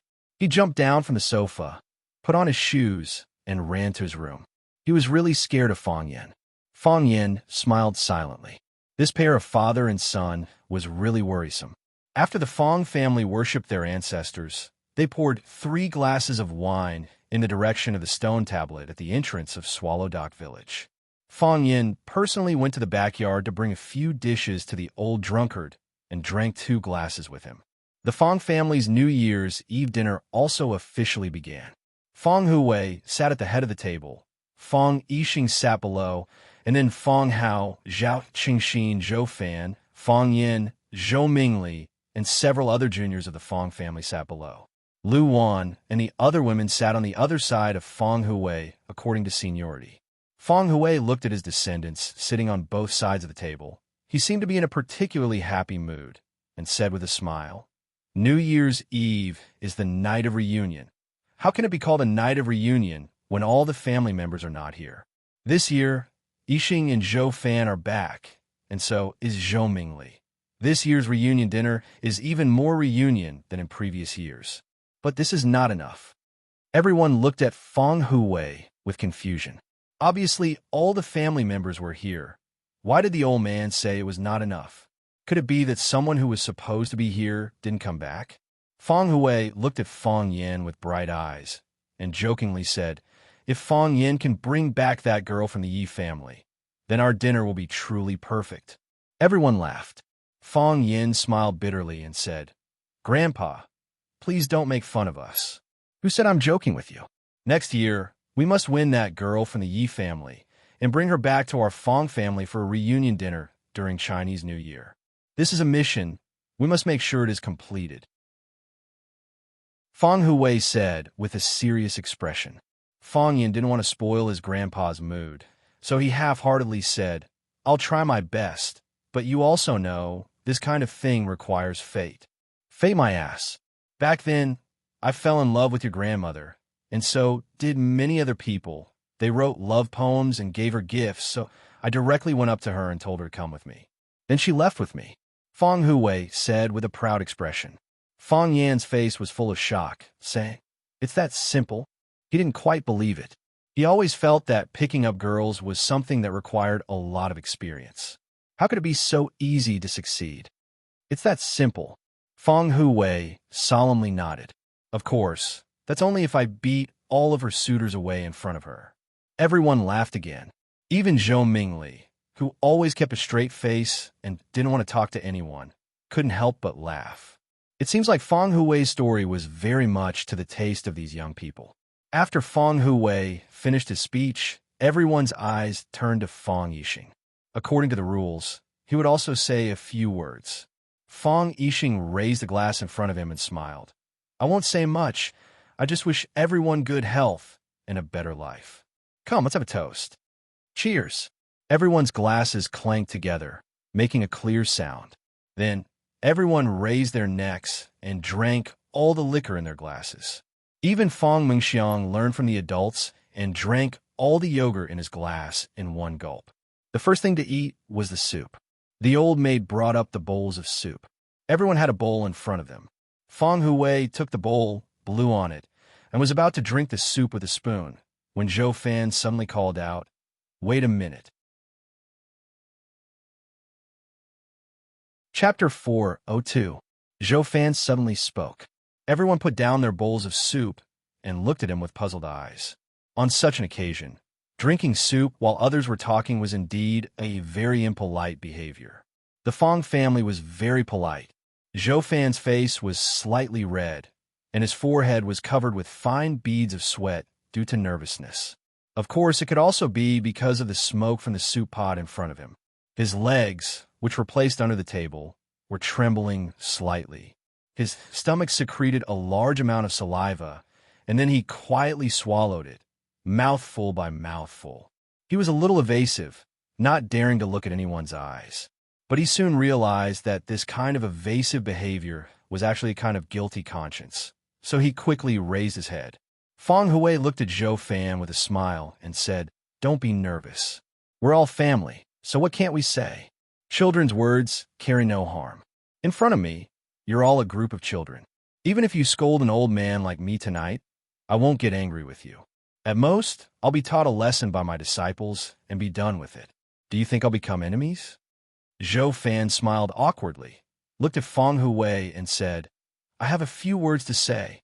I want to toast you first, Dad." Everyone laughed. Feng Yixing looked at Zhou Fan and said, "I thought it was something serious. If you want to toast, we won't stop you. But I've already told the old man during dinner that he can only drink 3 glasses tonight. After 3 glasses, he's not allowed to drink anymore. He's already clinked glasses with everyone. So if you want to toast him, this will be the 2nd glass. But I can't guarantee whether the old man will drink it or not."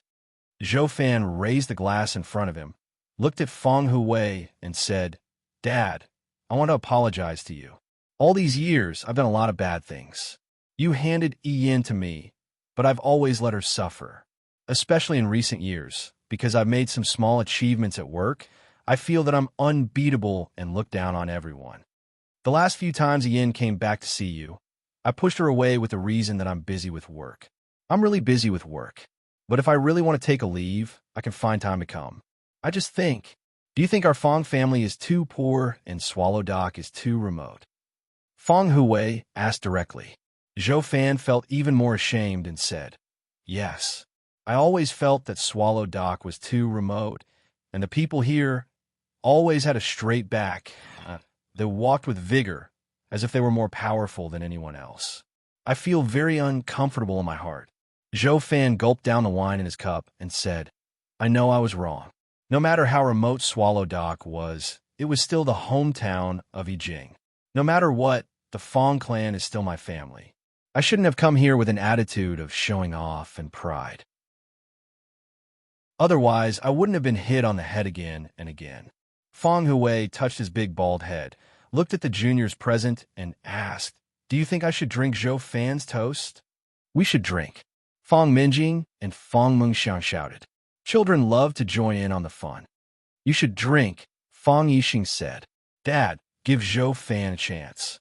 Fong Yijing said with red eyes. Since he made it clear, it means he's sincerely apologizing. Fong Hui nodded, then tilted his head back and gulped down the wine in his cup. Fong Hui put down the empty cup and said to Zhou Fan, I've been waiting for this cup of wine for too many years. Dad, I'm sorry. Zhou Fan's eyes were red. I'll let you down. Indeed, Fong Hui said with a smile. Now that you're able to say these words and toast me, it proves that Fong Yijing didn't choose the wrong person, and I, Fong Hui, wasn't blind to marry my daughter to you. Zhou Fan poured himself another cup of wine, then looked at Fong Yin and said, Fong Yin, I want to toast you with this cup of wine. Fong Yin smiled and said, regardless of age or seniority, it's not my turn, right? Fong Yin, I must toast you with this cup of wine, Zhou Fan said with a firm tone. There's been some conflict between us, and I know you've always been very dissatisfied with me. As your uncle, Fong Yin nodded seriously and said, sometimes I've thought about not being your uncle. You know a lot of things in your heart. But for the sake of your aunt and the harmony of the family, you pretend that nothing happened. This time, I also came with hostility.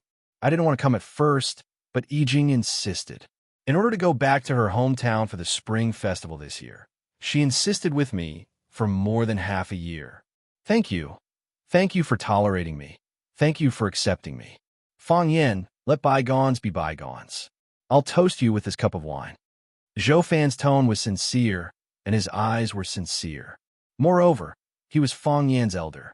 Since an elder took the initiative to apologize to a younger person, Fong Yin couldn't pretend to be cold no matter what.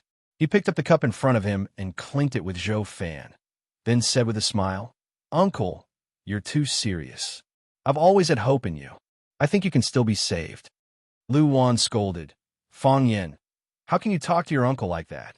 Fong Yin and Zhou Fan drank up the white wine in their cups at the same time, and Zhou Fan poured himself a third cup of wine. Fong Hui looked at Zhou Fan and said, if there's anything good, you should say it slowly. If there's any good wine, you should drink it slowly. You said all the good words in one breath and drank all the good wine. Do you still want to talk? Do you still want to drink? Put the cup down and drink some soup to moisten your intestines first. Fong Yijing also persuaded him and said, Old Zhou, take a rest first. Everyone understands your intention. Why are you in such a hurry? Zhou Mingli came over to take the wine cup from his father's hand and said, Dad, who do you want to toast this cup of wine to? I'll drink it for you. Zhou Fan pushed Zhou Mingli away and said with red eyes, this cup of wine, I toast everyone to everyone here. I'll drink it first. After that, Zhou Fan drank up the white wine in the cup, put the cup on the table, picked up the meat soup in front of him, and said, this soup smells so good. The others looked at each other and also picked up the meat soup in front of them and drank it in small mouthfuls. After Zhou Fan's confession of love, the temperature of the soup dropped a little, and it tasted just right. Crack! Whoosh, whoosh, whoosh, whoosh, whoosh. Zhou Fan ran in the snow in a crooked manner and slipped on the hard ice several times. His body fell into the snow pit, and his body was still sliding forward along the smooth ice and snow. Before his body stopped, he had tried hard to get up and run forward again. Every step he took seemed to exhaust all his strength. Running from the Fong clan to here had already exhausted his stamina. His breathing was ragged, and his chest felt like it was being crushed by a huge rock. Every time his heart beat, he felt a dull pain. He hadn't exercised for a long time. The night was dark and windy, and it was freezing cold. There was no bright moon in the sky, not even a star. Fortunately, there was a layer of snow on the ground, which could light the way. Zhou Fan's glasses had fallen off, and the scene in front of him was a blur. He relied on his feelings and memories to run here. This was the place where he met the Black-Robe Man. Come out, come out.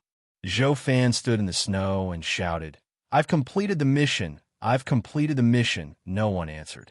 Apart from startling a few forest birds, which bounced off a few icicles, the icicles fell to the ground and broke into pieces.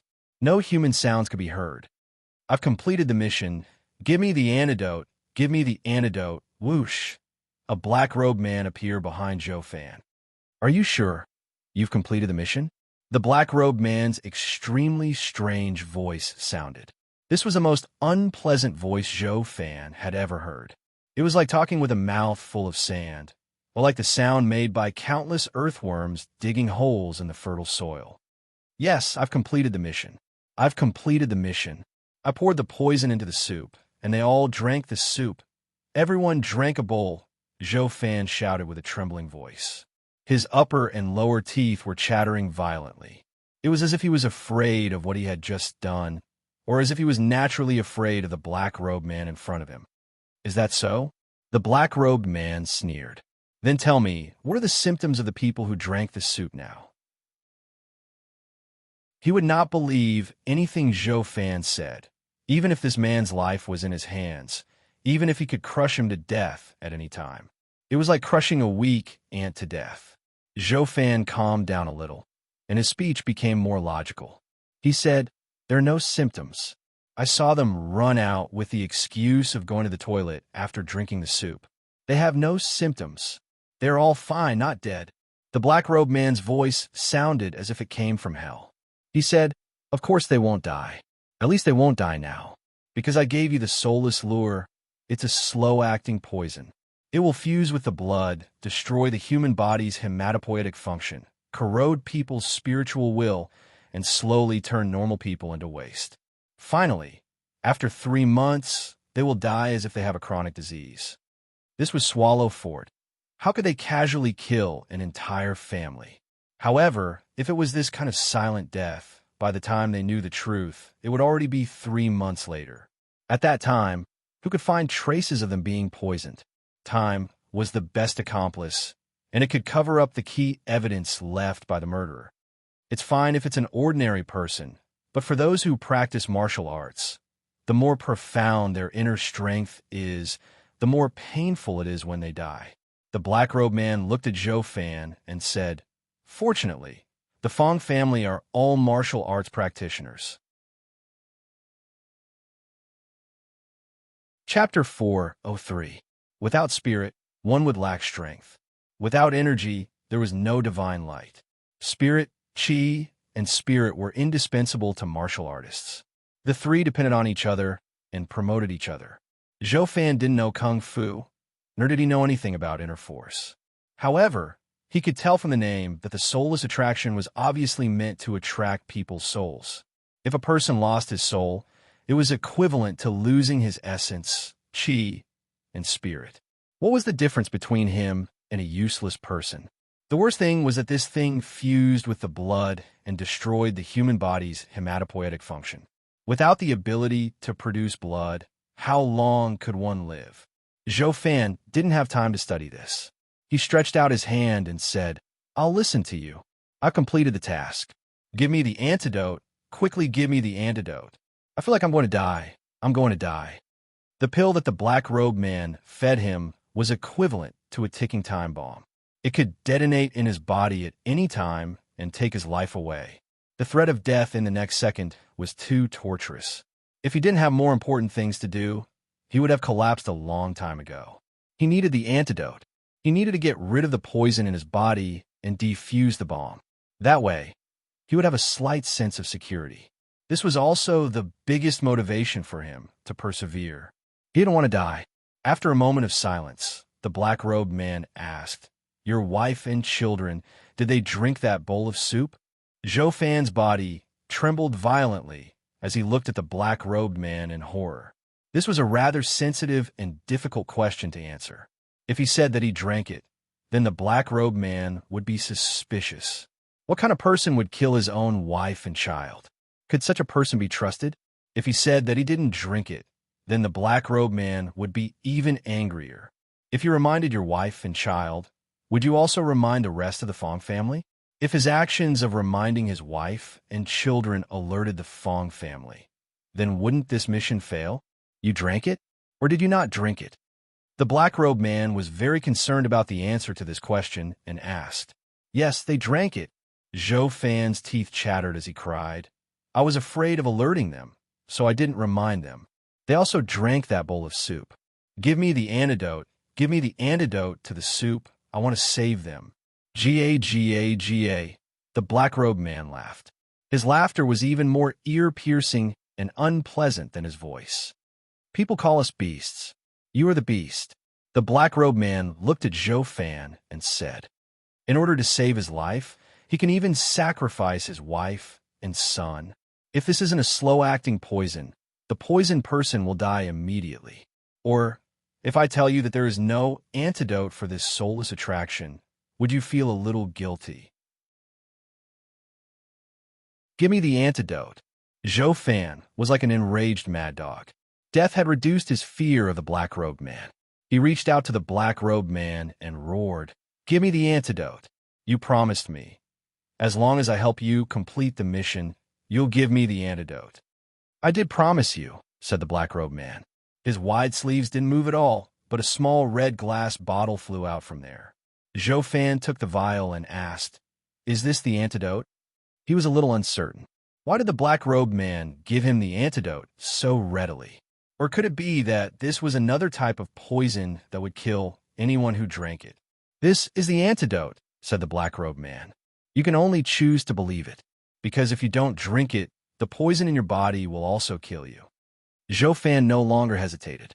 He unscrewed the cap and poured the red potion into his mouth. A strong, fishy smell wafted out, causing Zhou Fan to retch in disgust. "Don't vomit," said the black-robed man. "This is raw blood. If you vomit it, you won't be able to cure the poison in your body. The soulless attraction is a slow-acting poison, but the poison in your body will immediately break your meridians and cause you to bleed to death. Every hair on your body can bleed. You must have never seen such a scene, right?" Zhou Fan forcefully swallowed the thing he was about to vomit back. He looked at the black-robed man and said, "Give me the antidote. I want to save my wife and child." "Do you think you still have a chance to save your wife and child?" asked the black-robed man in a deep voice.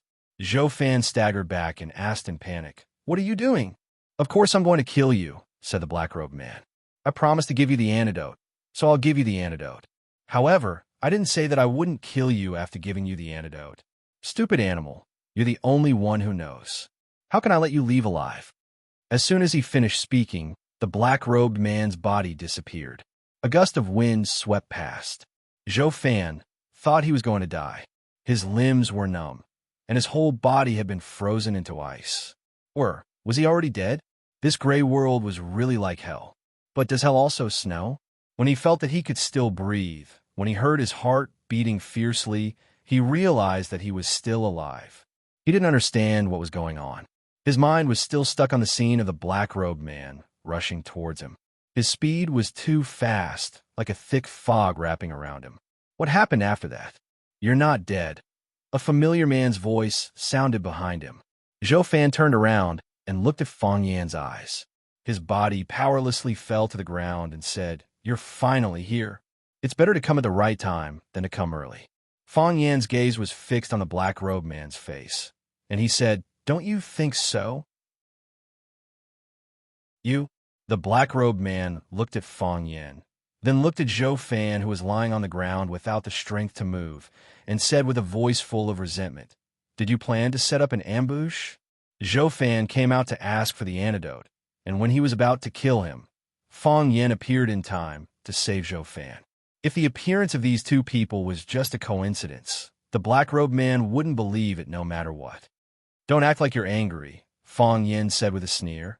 "You sent someone to kill me, so I should be angry." "What right do you have to be angry? The reason why your assassination didn't succeed is because your plan was too stupid. Now, you could take off your black robe. I'm really curious. What kind of person hates me so much that they want to exterminate my Fang family?"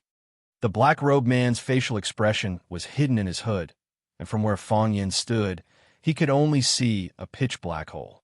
Not even the outline of the face could be seen, which made it very difficult for Fang Yin to distinguish. However, it was also because of this that he suspected that this person was someone he was familiar with. Otherwise, why would he dress up like a medieval wizard to hide his identity? The black-robed man sneered and said, "Since you're so curious, then come and take it off yourself." As the black-robed man spoke, he leaped up again. The wide black robe on his body spread out, and it was as if a black wall had appeared in front of Fang Yin out of thin air. Fang Yin was not afraid of the unknown darkness, and with a tap of his toes, he charged toward the black wall. Before he got close, a powerful qi was released. Fang Yin's body soared into the air like a crane, and his movements were as smooth as flowing water. He punched toward the black-robed man's chest. "Ha!" The powerful qi hit the black-robed man's chest, and the black-robed man quickly floated backward.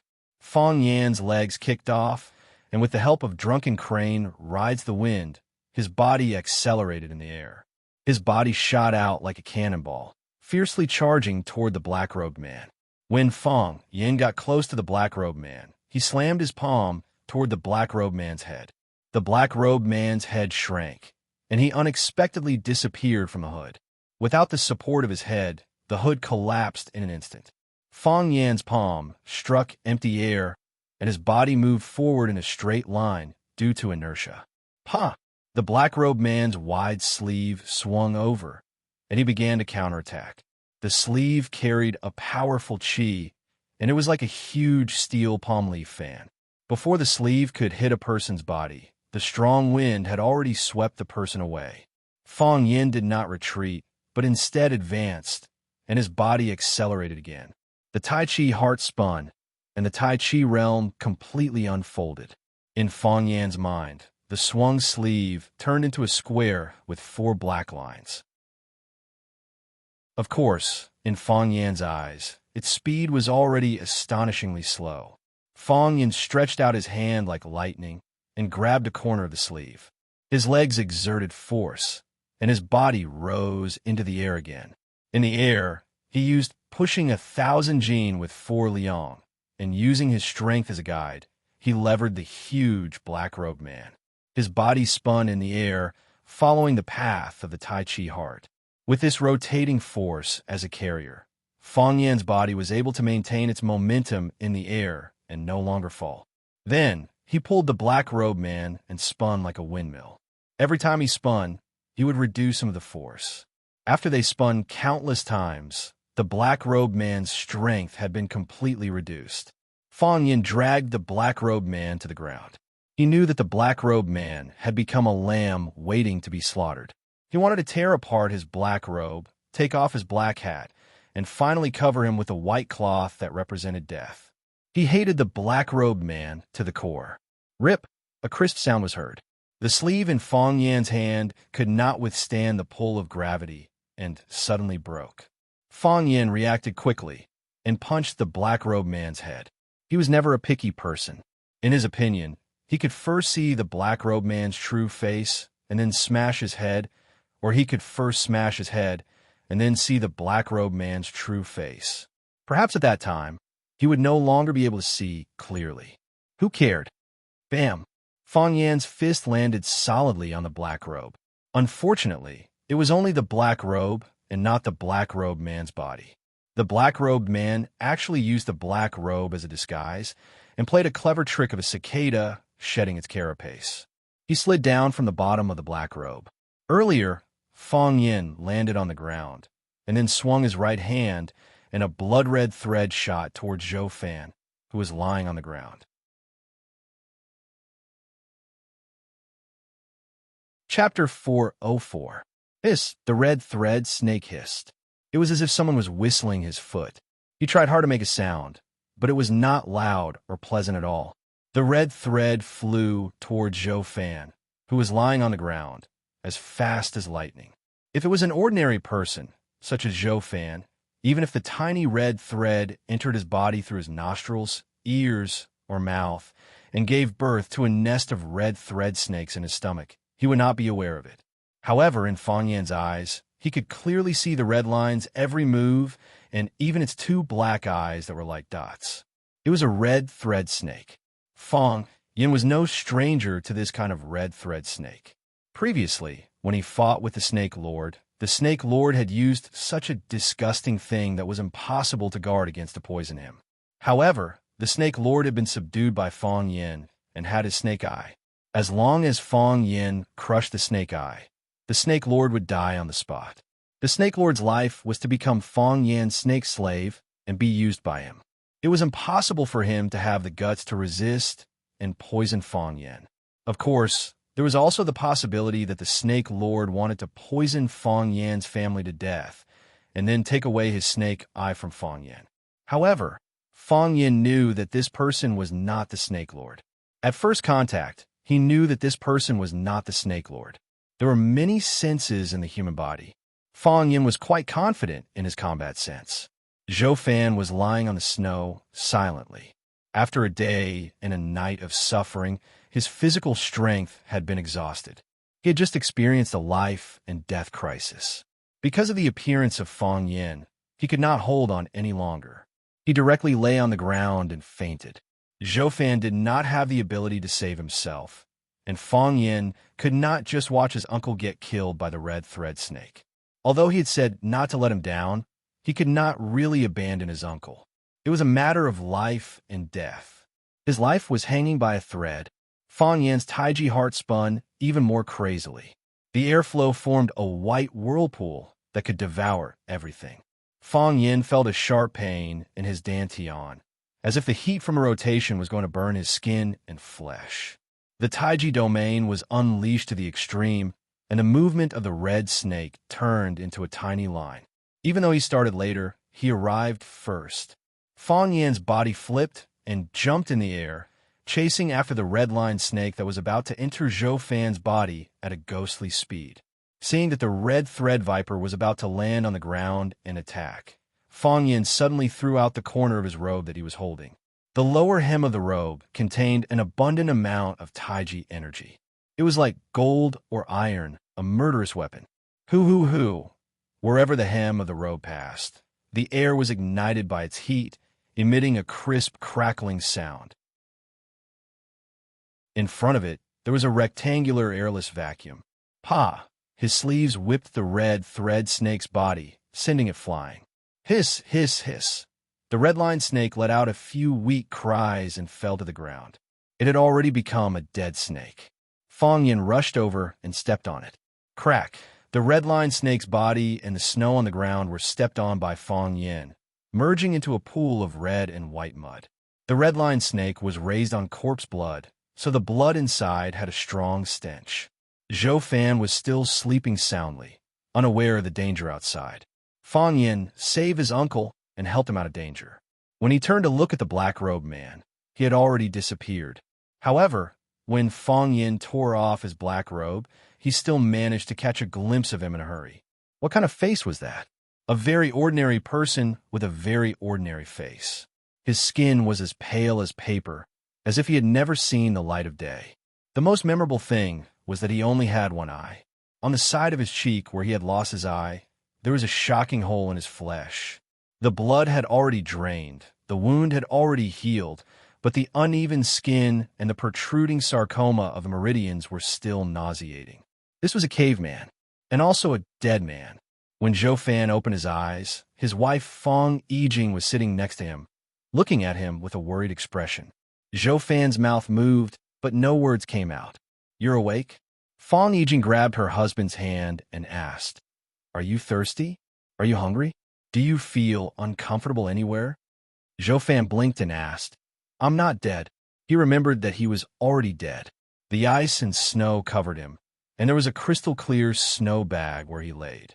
That was his coffin. "I'm not dead," Fang Yijing said with reddened eyes. "Fang Yin saved you," Yi Zichen said. "You didn't lie to me," Zhou Fan said. "What? Everyone in your family knows Kung Fu," Zhou Fan said. "I know Fang Yin knows Kung Fu. I saw him perform Kung Fu. It was amazing, like he was filming a movie. I didn't lie to you." "You didn't lie to me either," Fang Yijing grabbed her husband's hand and smiled. "You said you would get along well with my family, and you really did it." Zhou Fan's expression was full of guilt. "I've let you down. If it wasn't for me, you didn't let anyone down." Fang Yijing put Zhou Fan's hand on her face and said with reddened eyes, "Zhou Fan, thank you. Thank you for choosing us. Thank you for telling the truth to Fang Yin. Thank you for not being so selfish." Fang Yin said that if it wasn't for you, our family could have been poisoned. "My dad also praised you, saying that you're indeed Fang Hui's son-in-law. My dad rarely praises people, especially these past few years. The only person he praised was Fang Yin, really?" Zhou Fan asked with tears streaming down his face. Did they really say that? Zhou Mingli felt so wronged, but also so touched. What did he go through in the past 2 days? He was just a normal little official. He just wanted to come to his wife's hometown to spend Chinese New Year with his father-in-law. How did he encounter something like this? First, he had a conflict with Fang Yin. He was ridiculed and bullied to the point of death. He just wanted to go out for a walk, but he met a black cloak man who fed him a poison, then gave him a bottle of potion and told him to poison his father-in-law's family. Did he die? Or did his father-in-law's family die? This wasn't a problem. This was a F***king world-class problem. He hesitated for a long time. He didn't even report what happened to him to the Fang family immediately. For a period of time, he was really considering how to poison the soup pot. Of course, he failed. His strange behavior was already noticed by Fang Yin.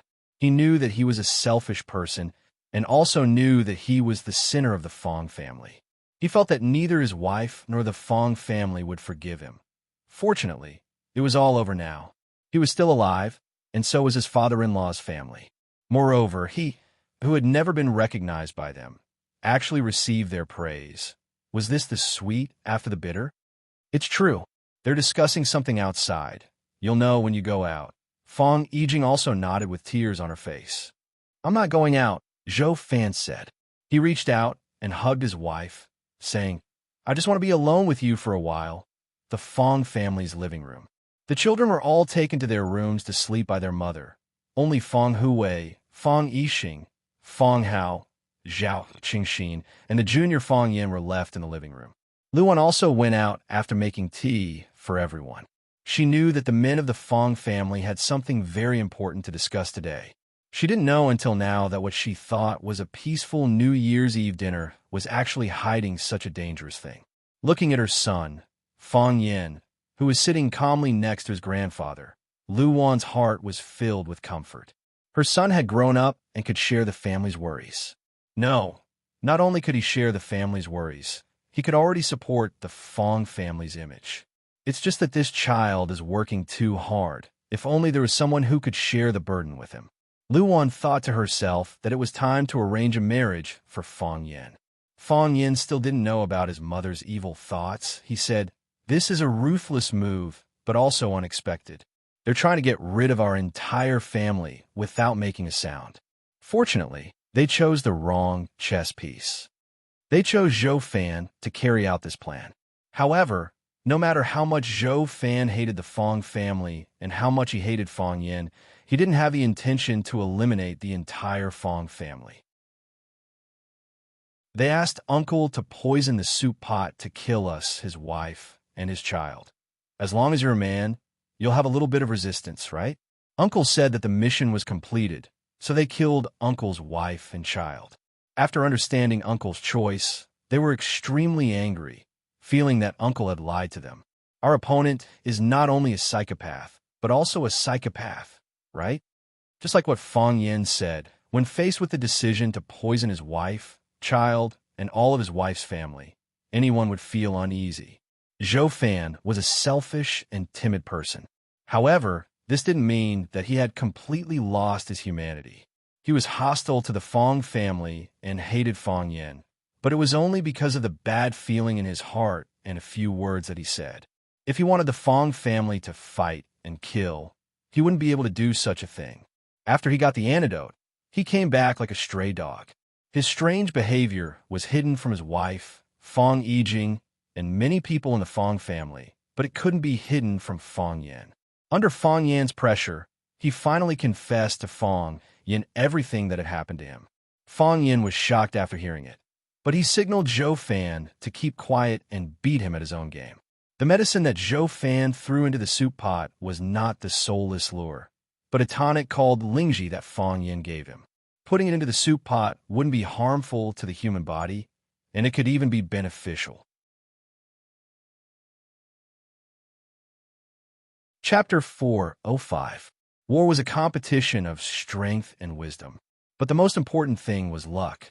If Fong Yin didn't notice Zhou Fan's abnormality, if Zhou Fan refused to admit that he encountered the black-robed man and only said that he felt uncomfortable or that he felt uncomfortable when he saw Fong Yin, would the story have a different ending? The real soul-losing attraction was fed into a rabbit's mouth by Fong Yin. The rabbit didn't die immediately after eating the soul-losing attraction, and it didn't look any different from before it ate the medicine. Fong Yin understood that the other party had put in a slow-acting poison. Seeing that the rabbit didn't eat, Zhou Fan asked Fong Yin if it was a prank. Fong Yin didn't believe it was a prank. After so many life-and-death hunts, he knew that those people outside were far more vicious than he could imagine. There was nothing they couldn't do. For a sensitive place like Swallow Fort, they could only use a slow-acting poison if they wanted to make such a big move. If the Fong family died tragically on New Year's Eve, the impact of this event would be too great. It wasn't something that ordinary people could suppress. No one dared to suppress it. Fong Yin wasn't sure if the Fong family had other puppets, and he didn't know if someone was watching Zhou Fan and the Fong family. If someone was watching and Zhou Fan didn't carry out the task, they might make another move.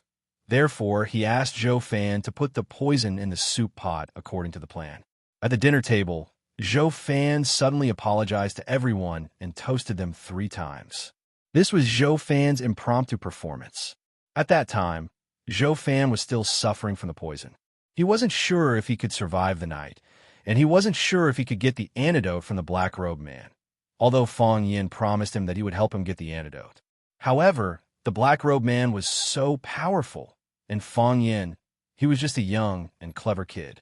In the hearts of ordinary people, bad guys were always more ferocious and terrifying than good guys. Zhou Fan apologized to everyone for his behavior for so many years. Fong Yin was worried that he would mess up the show. Fortunately, he had been controlling his emotions and forcefully took back the topic. Therefore, when Fong Yin clinked glasses with him at the dinner table, he said that he thought he could still be saved. Everything that happened after that was logical. Zhou Fan's acting skills were off the charts. After everyone finished their soup, he used the excuse of going to the bathroom and ran into the wilderness. Originally, Fong Yin thought that the black-robed man would not give the antidote to Zhou Fan so easily. The most likely scenario was that he would kill Zhou Fan. He was going to die anyway, so why waste an antidote? It turned out that bad people also had a side of them that kept their promises. If I say I'll give you the antidote, I'll give you the antidote. If I say I'll kill you, I'll definitely kill you. Zhou Fan got the antidote, and Fong Yin blocked the black-robed man's attack and saved Zhou Fan. After listening to Fong Yin's story, the whole family fell into a long silence. This is luck and also a blessing. Fong Hui sighed and said, "It proves that our Fong family should not fall, nor should we fail." "Who is that black-robed man?" Zhao Qingxin looked at Fong Yin and said, "Do you want me to use my connections in Yanjin to investigate?" "That's fine," Fong Yin said. "Whether it works or not, we have to show the outside world that we were bullied. It's better to do it sooner than later." "I'll arrange it now," Zhao Qingxin said. "I'll take some people to the mountain to check." "Second uncle, there's no need to check the mountain," Fong Yin said with a smile. "He's gone." Fong Hui nodded and said, "From what Fong Yin said, he's definitely gone. However, after daybreak, send a few good stalkers to take a look." Maybe they can find some clues. Got it. Zhao Chengxin agreed and went to the yard to make a call. Obviously, he was going to use the Zhao family's power in Yanjing. We have to find out who he is. Fang Hao's face was full of murderous intent. We didn't poison him this time, but what about next time? What about the next time? It's really hard to eat and sleep with an enemy like him. Fang Hui nodded and said, what Fang Hao said makes sense. Our Fang family doesn't bully others, but we can't let others bully us for no reason. If we get slapped, we'll take it.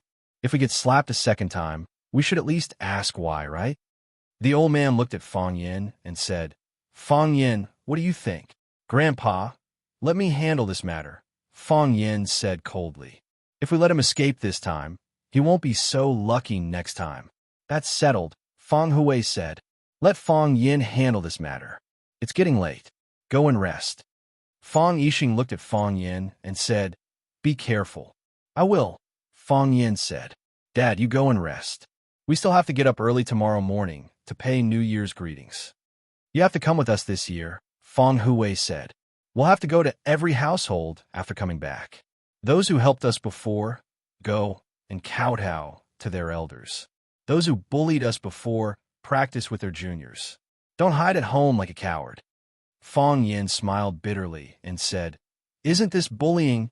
What do you mean by bullying? This is showing off our strength, Fang Hui said coldly. The country also conducts military exercises from time to time. What's wrong with showing off our strength? New Year's Eve was also the golden time to say goodbye to the old and welcome the new. Before midnight, Fang Yin's phone began to ring. Most of them were from Rosefinch Secondary students and colleagues in the office. Zhu Jian and Li Mingqiang, who thought they were close to Fang Yin, called him personally. Zhu Jian's call was relatively simple. He only asked when Fang Yin would return to Huacheng and asked Fang Yin to go to his house for a meal and a drink. Fang Yin told them in advance that he would return to Yanjing for the Spring Festival. They didn't contact Fang Yin during the holiday. Fang Yin said he would return after the Spring Festival. So Zhu Jian said to go to his house for a drink on the 14th of the first lunar month. He was worried that Fang Yin would have an appointment on the 15th, and the 16th was the day school reopened. Of course, the third-year students would start school on the 9th of the first lunar month, and their studies would be more arduous. Li Mingqiang's call was much more intimate and polite. He also asked where Fang Yin's home was in Yanjing. He planned to go to Yanjing after the Spring Festival, mainly to bring his family and children on a trip. He also wanted to visit Fang Yan's and Fang Yan's parents and elders at the same time. He said that it was a courtesy that he should perform. Fang Yin declined again and again.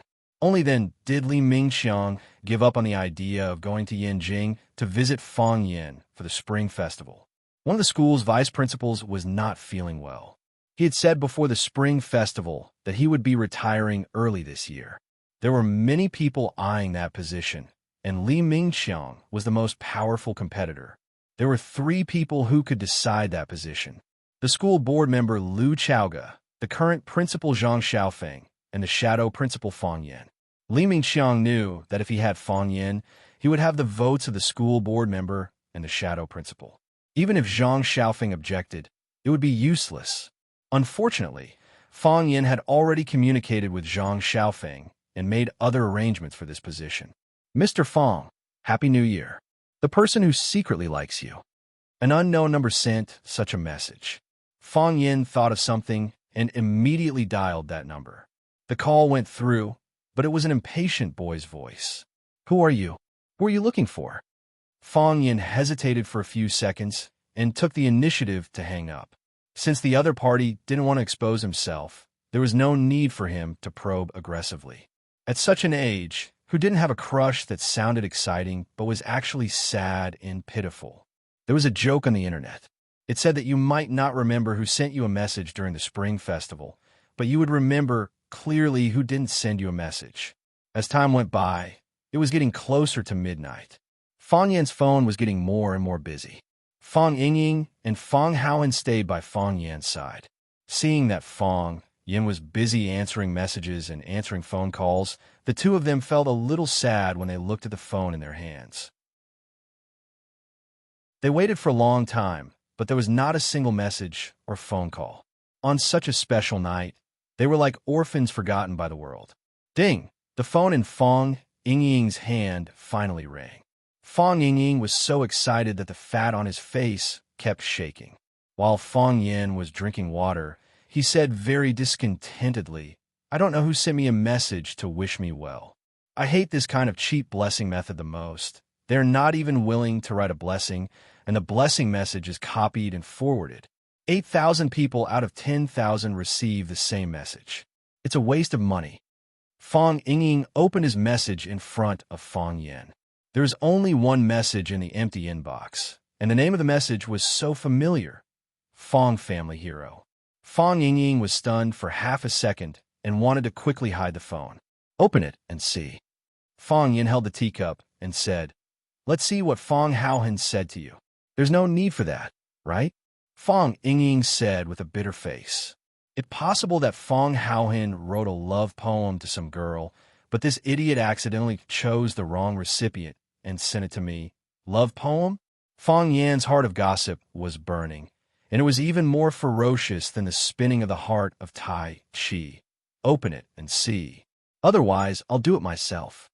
Fong Haohan shook his head vigorously, signaling Fong Yingying not to open the message. "What are you shaking for? Do you think you're a roly-poly doll?" Fong Yingying said angrily. "The two of us are sitting together, and the straight line distance is less than 2 meters. What can't we say directly? You just have to waste a message fee." Fong Haohan still shook his head, and he shook even more violently. "Open it." Fong Yan's curiosity was aroused, and he said to Fong Yingying. Fong Yingying had no choice but to take out his phone and open the message sent by Fong Haohan. "Fong Yingying, Happy New Year. You also quickly send me a blessing message. Don't let Junior Marshall Uncle see it. Remember, remember."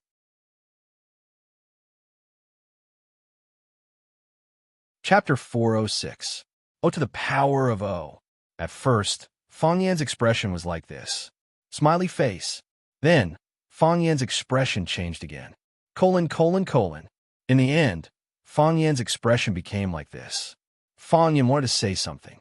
He wanted to tease her or say some comforting words, but he couldn't say anything.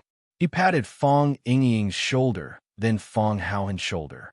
A compassionate look that said, "I understand you, and I'm with you." Fong Yingying's face was extremely embarrassed. He said to Fong Haohan with dissatisfaction, "I hope my life will turn into that lotus, and I will abandon all fame and fortune. Let the world praise God's freedom, and we only need to monopolize the world." Haven't you heard of this song? Didn't you understand its essence? The people of the inner Jianghu are all peerless powerhouses who live in seclusion. We don't seek fame, nor are we greedy for benefits. What kind of spectacle do we not have? Seen it before? What great temptation have we not experienced? Why would we care about a mere congratulatory message? Fong Haohan, if you want a blessing, just say it. Junior Marshall Uncle, and I will satisfy you. It's not a big deal, is it? Was there a need to specially send a message, asking for it? You even said not to let Junior Marshall Uncle see it. What kind of thoughts are you having?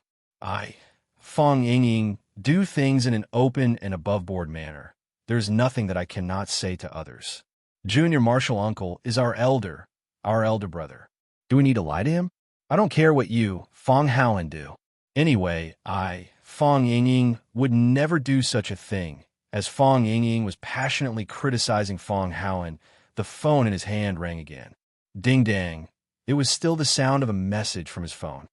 "We are masters, and masters should have the demeanor of masters." As Fong Yingying spoke, he opened the message. After glancing at it, his eyes widened, and the fat on his face trembled. He jumped up from the sofa excitedly and shouted, "Missy sent me a message! Missy sent me a message! Ding dang." Fong Haohan's phone also rang with the sound of text message. Fong Haohan opened his phone and jumped up as well. His body was thin, tall, and long, and when he jumped, he looked like a dancing skeleton. "Missy also sent me a message. Missy has also sent me a message." Fong Yin looked at his phone. It was lying there quietly. It was as if it was dead, not moving at all. He didn't receive a message from Yiro. Yiro seemed to have forgotten him. Fong Yin looked at Fong Ying and Fong Haohan unhappily and said, "What did Yiro, that savage woman, send you?" "Happy New Year," Fong Yingxiong said excitedly. His eyes were glued to the phone screen, as if he was afraid that the words would disappear. Happy New Year. Only 4 simple words, which was indeed in line with Yiro's style. If she said a lot of nonsense, she wouldn't be Yiro. "What about you?" Fong Yin looked at Fong Haohan and asked. "Happy New Year, too," Fong Haohan said. "Missy also wishes me a Happy New Year." Fong Yin sneered and said, "The same blessing must be copied and pasted." "Impossible," Fong Ying and Fong Haohan denied at the same time. "Why is it impossible?" Fong Yingxiong and Fong Haohan looked at each other. The two of them put their phones together and studied it carefully. "Happy New Year." It was all the same words. Suddenly, Fong Haohan shouted as if he had discovered a new continent. "It's not a copy and paste. It must not be a copy and paste. Missy wrote the blessing for me and Hero herself. Look, there is a sentence after my Happy New Year, and there is an exclamation mark after Hero's Happy New Year."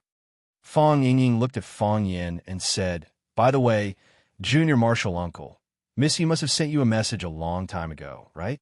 What did she say to you?" Fong Yin didn't bother to look at their complacent faces. He went to the yard and called some people. He received a lot of congratulatory messages, but some people had to be called by him personally. For example, his maternal grandparents, the principal of Rose Finch, Zhang Xiaofeng, and the principal of Ivy League High, Zhong Dei, and other elders needed Fong Yin to take the initiative to call them. Fong Yin called his grandpa and grandma first. His grandma greeted the whole family patiently and then gave the phone to his grandpa. His grandpa just asked him if he would come to watching next year and when he would come to watching. After getting Fong Yan's reply, he hung up the phone. Principal Zhang Xiaofeng was watching the Spring Festival Gala with his wife. He simply said a few words to Fong Yin, confirmed Fong Yan's return date after the New Year, and hung up. Zhong Dei was still drinking with his family. He was very surprised to receive Fong Yan's call. He laughed and invited Fong Yin for a drink after the New Year. After Fong Yin finished these calls, he was about to go back to his room when he saw fireworks exploding in the distant sky. The colorful fireworks lit up the night sky, making the sky above Swallow Dock glitter with red light. It looked more gorgeous and dazzling than usual. Then, more fireworks soared into the sky. The flowers bloomed, and the sky was lively like a fireworks show. Swallow Dock didn't have the custom of setting off fireworks.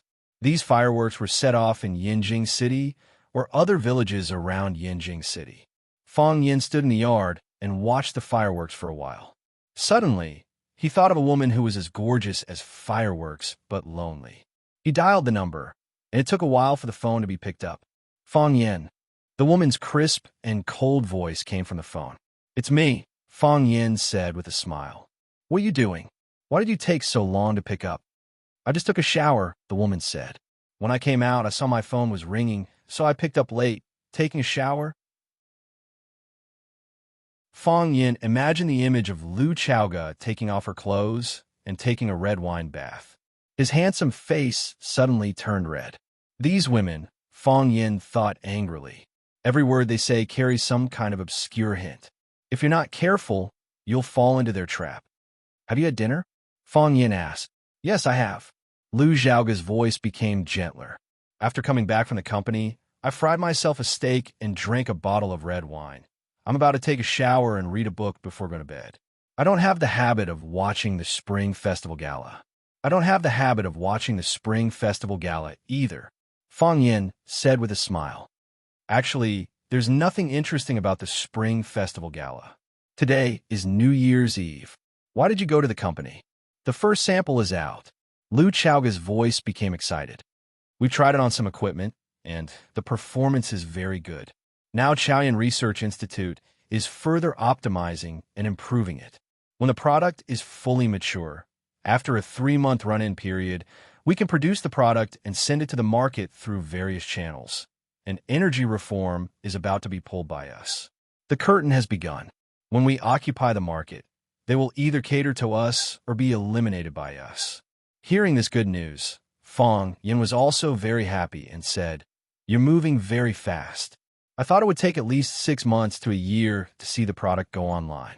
I didn't expect you to shorten the time so much, but you still have to pay attention to the balance of work and rest. After working so hard for so long, take advantage of the Spring Festival to rest for a few days. I don't want to rest, Lu Chaoga said. Why? Because if you rest, you don't know what to do. Fong Yin was silent. The other end of the phone stopped talking. Yes, if you rest, you don't know what to do. It was the Spring Festival now, and today was New Year's Eve.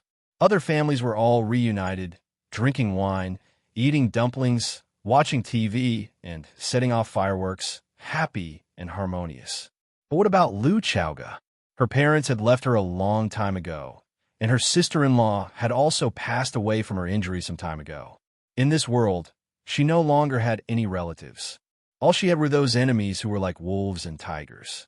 Their blood-red eyes stared fiercely at Lu Chaoga, coveting this soft woman who held the treasure in her hand. As long as they were not careful, they would be devoured by them until not even their bones were left.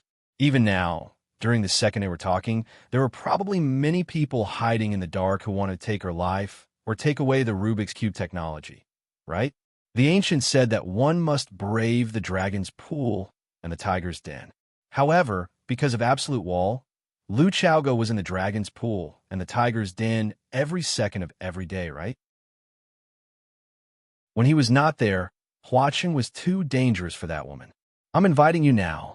Next year, you must come back with me for the Spring Festival, Fong Yin said seriously. Okay, I promise you. Lu Chaoga laughed softly.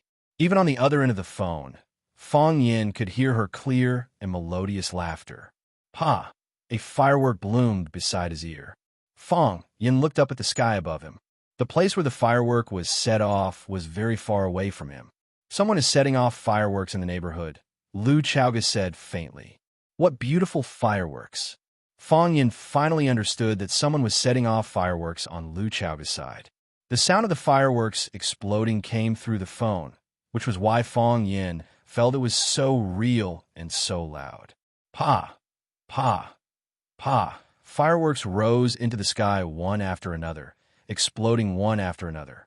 Fong Yin did not speak, and neither did Lu Chaoga. Under the same starry sky, the two of them enjoyed different fireworks. Two people snuggling up to each other and enjoying fireworks together was romantic, but one person enjoying fireworks alone was a waste.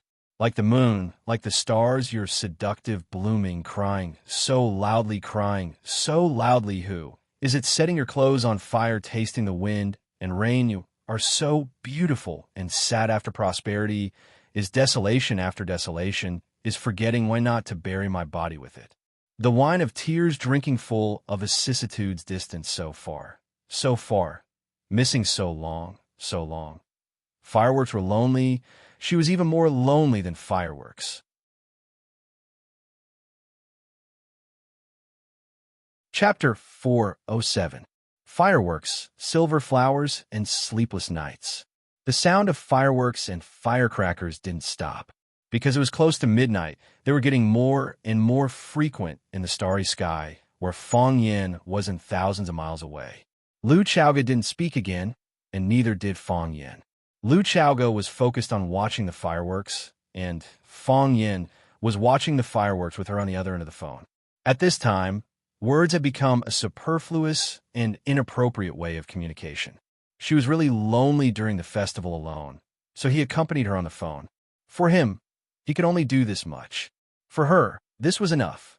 Time passed by, and the fireworks were set off one after another. They wanted to continue like this, until the sky fell and the earth cracked, until the seas dried up and the rocks rotted, until the mountains became flat, until the sky and the earth merged, until the smartphone ran out of battery. Yes, just as Fong Yin thought that they were going to continue in this wonderful state for a long time, the phone placed by his ear began to heat up, and there was a beep, beep, beep sound of battery alarm. According to Fong Yin's experience, he knew that the phone's battery was about to run out.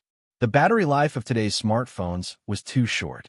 When their new energy technology, the Rubik's Cube, was popularized, this problem could be solved. A battery could be used for half a month, and the wife would have to worry about the problem of her husband not coming home. Is the phone out of battery? Lu Chaoga, who was on the other end of the phone, also heard the beep sound. She said with a smile, Fong Yin, thank you for watching the fireworks with me. I'm very calm now, and I don't feel very lonely. The fireworks tonight are really beautiful. Fong Yin nodded. After nodding, he remembered that Lu Chaoga couldn't see him at all, so he quickly said, the fireworks tonight are very beautiful. Then that's it, Lu Chaoga said.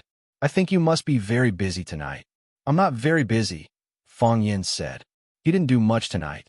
He just chased away a killer, saved a family's life, received a few messages, made a few phone calls, and was despised by Fong Ying and Fong Haoan. Dang, dang, dang.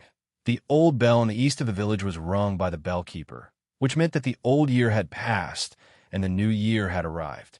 It meant that Swallow Fort had protected Huaxia for another year. It meant that Huaxia had been blessed with good weather and a bumper harvest. The country was prosperous and the people were at peace. Saying goodbye to the old year and welcoming the new year was indeed something worth ringing the bell to boast about. Happy New Year, Lu Chaoga said. Happy New Year, Fong Yin said. After thinking for a while, he added, I'll be returning to Flower City soon. Yes, the students are about to start school. See you in Flower City. See you in Flower City. Fong Yin hung up the call with Lu Chaoga. He was about to go back to his room to change the battery when the phone in his hand rang again.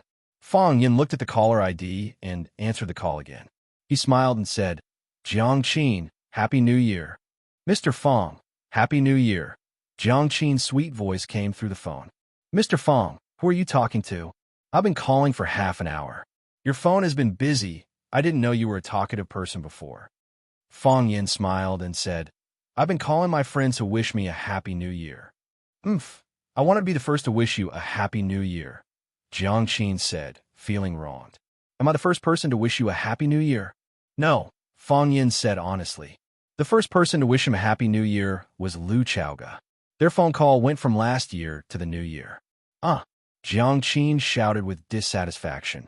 Who was earlier than me? Who took my first place? Fong Yin smiled and said, What's the big deal about being first and second? It's fine as long as you get it. Are your parents there? Give them the phone. I'll wish them a Happy New Year. After Fong Yin changed the battery on his phone, Yuan Lin happened to call. Fong Yin also wished her parents a Happy New Year. Fong Yin was going to take some time to give Xia Tian a call, but he didn't expect Xia Tian to call him. Mr. Fong, are you busy today? Xia Tian's voice was very lazy, as if she had just woken up and was lying in bed. No matter how busy a teacher is, he's not as busy as a celebrity, Fong Yin said with a smile. Why do I feel like you're sleeping? Yes. After dinner, I felt sleepy, so I lay in bed and slept. I was just woken up by the sound of firecrackers outside and thought that the new year had arrived. I turned on my phone and gave you a call for a Happy New Year. It's only midnight, and you've been asleep? Fong Yin's face was full of surprise. Tonight, how do you have time to sleep? According to Fong Yin's understanding of the life of a celebrity, wasn't the new year the busiest time for them? Gala, running, cocktail parties, all kinds of etiquette. Even if they didn't attend the Spring Festival Gala of Huaxia TV station, they would attend the New Year's Eve Gala of the local TV station. Even if they didn't attend TV programs, they had to attend some New Year's parties. With Xia Tian's popularity, how could she have time to lie at home and sleep in? I don't want to attend any gala this year. I rejected all the activities. Xia Tian giggled, sounding very happy. I just want to have a meal with my family and then lie in bed and have a good sleep. I've been busy outside for a whole year, and it's really tiring. After dinner, I turned off my phone. No one can find me, and I can't see or hear any messages or phone calls. This trick really works, and now I'm in a much better mood. It seems that all the hard work of the year has been compensated in this sleep. Rich people are so willful, Fong Yin said with a smile. If I knew earlier, I would also turn off my phone and sleep like you. You can't turn off your phone. If you turn off your phone, I won't be able to call you. Xia Tian said. I haven't had time to ask, what is your relationship with that little girl? Little girl? What little girl? The little girl I saw, Xia Tian said with a smile. It's rare to see a little girl like that. There's only one in our Yinjing city for hundreds of years. The little princess of the Qin family. TSK. Mr. Fong, I found out that your way is very wild. It's not easy for us to meet, but we're standing at the entrance of the club to wait for you. She's my student, Fong Yin said. That's all. That's all, Fong Yin said. Lanshan Valley also called to pay their New Year's greetings, and the willow tree sent a greeting message. Fong Yin was much busier this spring festival than in previous years. Unknowingly, there were so many people around him. Fong Yingying and Fong Haoan prepared firecrackers in advance and set them off on bamboo poles, which was called Welcome the New Year. After welcoming the New Year, Fong Yin personally went to the kitchen to cut 2 plates of braised meat and walk to the backyard with them. He knew that the old drunkard must not be asleep at this time. The old drunkard was indeed not asleep. He was making wine in the yard. The old drunkard liked to drink and also liked to make wine. Every year on the first day of the new year, he would brew a jar of wine, which was called new wine. The new year would have a new beginning. Perhaps this also represented some of the persistence and hope in his heart. Fong Yin and the old drunkard sat opposite each other and drank. Each of them had a big bowl, and they drank a bowl of wine in one gulp. Fong Yin ate and drank at the same time, while the old drunkard only drank and didn't eat. It was as if drinking could fill him up, and things like meat and vegetables were unnecessary to him. "Who is it?" the old drunkard asked. The old drunkard drank all day, but it didn't mean that he knew nothing about the family. On the contrary, because of his presence, because of him, the Fong family had always been peaceful. Tonight, when Fong Yin went out to catch the murderer, the person who protected the Fong family was this old drunkard who didn't even want to eat with others during the New Year's Eve dinner. "I only have some clues, but I can't be sure yet," Fong Yin said in a deep voice. However, this time, they want to wipe out the Fong family. There are only a few opponents who can be so generous. A fox will always show its tail, and a fly will always be unable to resist eating *T again. Since they are doing this, they can't blame us for not stopping until one of us is dead. "Just kill them," the old drunkard burped and said calmly. Fong Yin smiled and said, "In the past, you were the one who supported the family, but now I will. Don't worry, we won't fall. Just drink your wine and leave everything else to me. I will drink the wine that I should drink, and I will kill the people that I should kill," the old drunkard said with a clear voice, like a knife burning in a bowl. "I'm only a cripple, not a dead person. Even a stray dog or cat dares to bully us. Do they think the Fong family is nobody? You're not a cripple, it's just that your meridians," the old drunkard cut off Fong Yin and said, "There was a climber who was good at climbing the mountain, but when he was about to reach the top, he was kicked down. No matter how hard that person tried, they would only be able to climb to the middle of the mountain. Can you still say that person is good at climbing?" Fong Yan's eyes were filled with fighting spirit, saying, "So, I made a decision." The old drunkard looked at Fong Yan with a burning gaze, waiting for him to continue. "I want to challenge Dragon God Hua," Xia Fong Yin said very seriously. "He broke 2 of your meridians. I cut off 2 of his dragon claws." "That's fair, Clang." The old drunkard's finger tapped the side of the bowl, letting out a clear metallic sound. "I've been waiting for these words for too many years," the old drunkard said with an excited voice. "A man's ambition is to leave the village and not return until he becomes famous. There's no need for the red earth to bury one's bones. There are mountains of gold at the end of the world. Martial artists of our generation should have such lofty ambitions. I want to avenge you. Our Fong family isn't that easy to bully when you want to challenge the dragon god. When my heart of Taiji enters the water overflow realm, I will definitely fight against the dragon god inside the red wall," Fong Yin said. "I believe that day will come very soon, Dash." Chapter 408. It was the first day of the new year. According to the customs of the North, every year on the first day of the new year, one had to go to the houses of the villagers to celebrate the new year. They first went to the most senior in the village, then to the oldest, then to their relatives, friends, neighbors, and companions. In the past, it was always Fong Yixing who represented the Fong family to visit each house. Some people would comfort him, some would tease him, and some would even drag him to spar with him.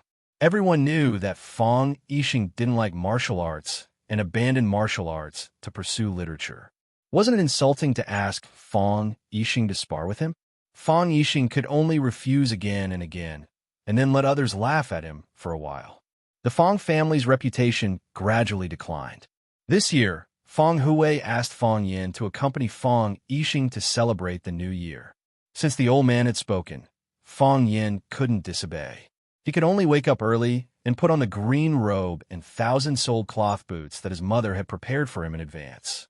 The boots were made in an antique style to prevent the deep snow from pouring into the shoes and soaking his socks. Fong Yixing still wore simple round cloth shoes. As the head of the family, he had to have the air of a refined elder.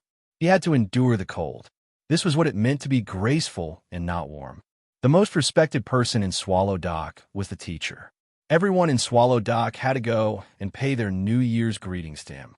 The Yi family was known as the #1 family in Swallow Dock, so they had to send a representative to celebrate the new year with the teacher. Fong Yin held the gift box and followed behind Fong Yixing. The father and son treaded through the snow toward the teacher's small house. When the father and son walked over, there were already many people ahead of them. The teacher finally took off his grayish-brown leather coat and changed into a silver-white tang suit. He sat upright on the mahogany chair in the living room, receiving the kowtows of the young people and children. There were also some middle-aged people who knelt down and kowtowed, but most of them bowed at the waist. After the children finished kowtowing, they presented the gift box in their hands. Bai Xiao, who was standing next to the teacher, took the gift box. The teacher reached out to touch the child's head and said, "You can go to the family school for enlightenment." And so, the child kowtowed again. The child's parents also expressed their gratitude happily. Some of the children who were already studying in the family school would also send gifts. The teacher patted the student's head and said, "You're clever enough, but you lack patience. You should use your family's learning stone to train his qi and temper his mind." The students lowered their heads to receive the lesson, and the parents also had to express their gratitude. All the uninitiated children in Swallow Dock had to be approved by the teachers to enter the school, and the students who were already studying would receive the teacher's comments, pointing out their strengths and weaknesses and pointing out solutions to problems. Fong Yin and Fong Yixing stood outside the house. The weather was freezing, but the father and son did not feel cold at all. Fong Yin looked at the growing queue and said with a smile, "Sir, isn't this a monopoly in the industry? Our Swallow Dock only has one family school, and all children of the right age have to go to school with his permission. This job of his is a guaranteed income." Fong Yixing glanced at Fong Yin sternly and said, "Don't talk nonsense. Mr. is wholeheartedly devoted to the public. What is a gift worth? In my opinion, we should come and thank you on every festival." Fong Yin was helpless. His father was too old-fashioned. He was just joking when he was bored. Not only his father, but many people in Swallow Dock had developed this habit of being old-fashioned. This was also the reason why Mr. always emphasized that every family should send out some talented children. This was also the reason why Lu Dowling wanted to bring out some outstanding young people. Only with a big vision could one have a big heart and big vision. It was not a good thing for Swallow Dock to close its doors, and many things outside were also the best. Take the best and discard the dregs. This was the situation that Swallow Dock needed to change the most. Fong Yin understood, so he went out.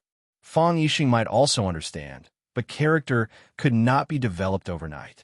Instead, he was led forward by the old rules of the village and was not willing to make new changes. Finally, it was the father and son's turn. Fong Yixing and Fong Yin both knelt down and kowtowed to Mr. seriously. After Fong Yixing said some auspicious words on behalf of the Fong family, Fong Yin handed over the gift box in his hand. Mr. looked at Fong Yin with a smile and said, "You are too slippery. Usually, I can't get you to kowtow."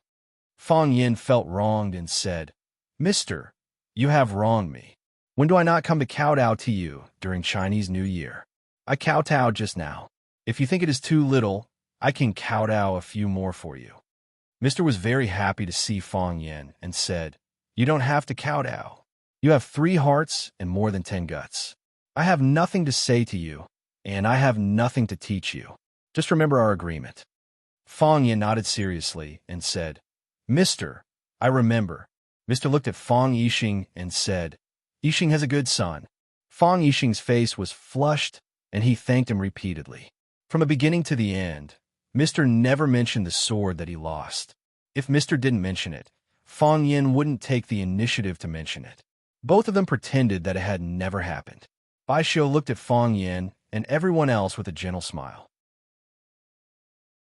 After Fong Yin got up from the ground, he said to Bai Xiu, If you are tired of standing, let me stand for you for a while. Bai Xiu refused indifferently and said, If there is anything, I will do it.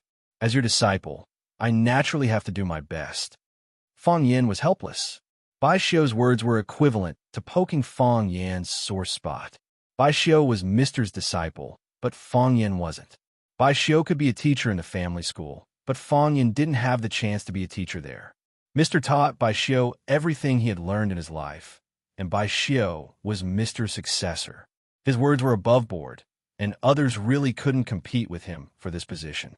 After leaving Mr.'s place, Fong Yixing took Fong Yin and rushed to the Yi family. The Yi family's ancestor was currently the oldest person in Swallow Dock, and the Yi family was also relatively close to the Fong family. With Fong Hui's secret instructions, Fong Yixing naturally wouldn't go against his father's wishes. When the Fong family's father and son arrived, Yi Fengsheng, who looked like a giant Fua doll, was about to leave. He saw Fong Yin and said happily, Why are you up so early? I was going to kowtow to your grandpa Fong after I'm done kowtowing to Mr. I was also forcefully pulled up, Fong Yin said with a smile. I've already been to Mr., so I'm here to kowtow to the ancestor now. Actually, he said he was here to kowtow to the Yi family's ancestor, but the Yi family's ancestor wasn't very willing to see guests all these years. Therefore, he was just going through the motions at the Yi family. We just missed it, Yi Fengsheng said regretfully. Where's third uncle? Third uncle rushed back to Yanjing after New Year's Eve dinner last night. Today, he's going overseas with the minister, Yi Fengsheng said. Yi Daowen walked out the door and saw the Fong family's father and son. He said, Yixing, Happy New Year. Fong Yin, Happy New Year. Big brother Yi, Happy New Year. Fong Yixing and Yi Daowen cupped their fists and bowed. Uncle, I'm here to wish you a Happy New Year, Fong Yin said with a smile. I wish you happiness as vast as the East Sea and longevity as long as the South Mountain. Yi Daowen waved his hand and said, These words are for the ancestor to hear. The ancestor just said that you and your son should go directly to the Warm Pavilion. I want to entertain you guys. I still have to go congratulate Mr. Fong Yixing was overjoyed and said, Big brother Yi, go do what you need to do. We'll go to the Warm Pavilion and kowtow to the ancestor. Thus, the two groups of people parted at the entrance of the courtyard. Fong Yixing was incomparably emotional and said to Fong Yin in a low voice, This time, I've benefited from you. In the past, when I came to kowtow to the ancestor during the spring festival, I've never entered the Warm Pavilion. Maybe the ancestor's mood is especially good this year, Fong Yin said with a smile. Fong Yixing looked at his son with a smile and didn't say anything. He thought to himself, perhaps what his father said was really feasible. It was the attitude of the Yi brothers. I'm afraid this is not going to be easy to pass. The father and son of the Fong family entered the Warm Pavilion. The Yi family's ancestor, Yi Wenro, and the servant girl, Shir, sat on the warm kong and played cards. Fong Yixing was the first to kneel down and kowtow 3 times to the ancestor. He also said a lot of blessings. The father had already knelt down. How could the son stand? Fong Yin also quickly followed behind Fong Yixing and knelt down. When the father and son of the Fong family knelt down, Yi Wenro and the servant girl, Shir, moved to the side. The father and son of the Fong family were kneeling to the ancestor, and the two of them could not accept it. All right, all of you get up. The ancestor squinted his eyes and smiled. All day long, I've heard you guys talk about living longer than Mount Anshan. Who can live longer than a mountain? Wouldn't that be a living fossil? Ancestor, some mines were emptied in 2 or 3 years. Fang Yin said, "You've lived much longer than those mountains." The ancestor couldn't help but laugh. He pointed at Fang Yin and said, "Ever since he was young, this naughty monkey only knows how to make me happy. It's my fault for not disciplining him well. Ancestor, don't lower yourself to the level of these children." Fang Yixing smiled and apologized. He could also see that the ancestor wasn't really angry with Fang Yin. How can you control whether a child becomes a talent or not? That's taught. The ancestor said, "Fang Yin is very good. Whether it's in our swallow fort or outside, he's a first-class talent. Last night, when we were having dinner, third bro praised him a lot." The third brother that the ancestor mentioned was the third tiger of the Yi family's 3 tigers, Yi Daoling. Yi Daoling praised Fang Yin at dinner. First, he was indeed grateful for Fang Yin's help. Second, he wanted to encourage the Yi family's children to work hard and improve. No wonder when Fang Yin came in, he saw that the Yi family's people looked at him strangely. It was as if he stole their chicken to set up an ambush. But have you considered Fang Yin's feelings? From Fang Yin's point of view, Yi Daoling, this old fox, was drawing hatred for him.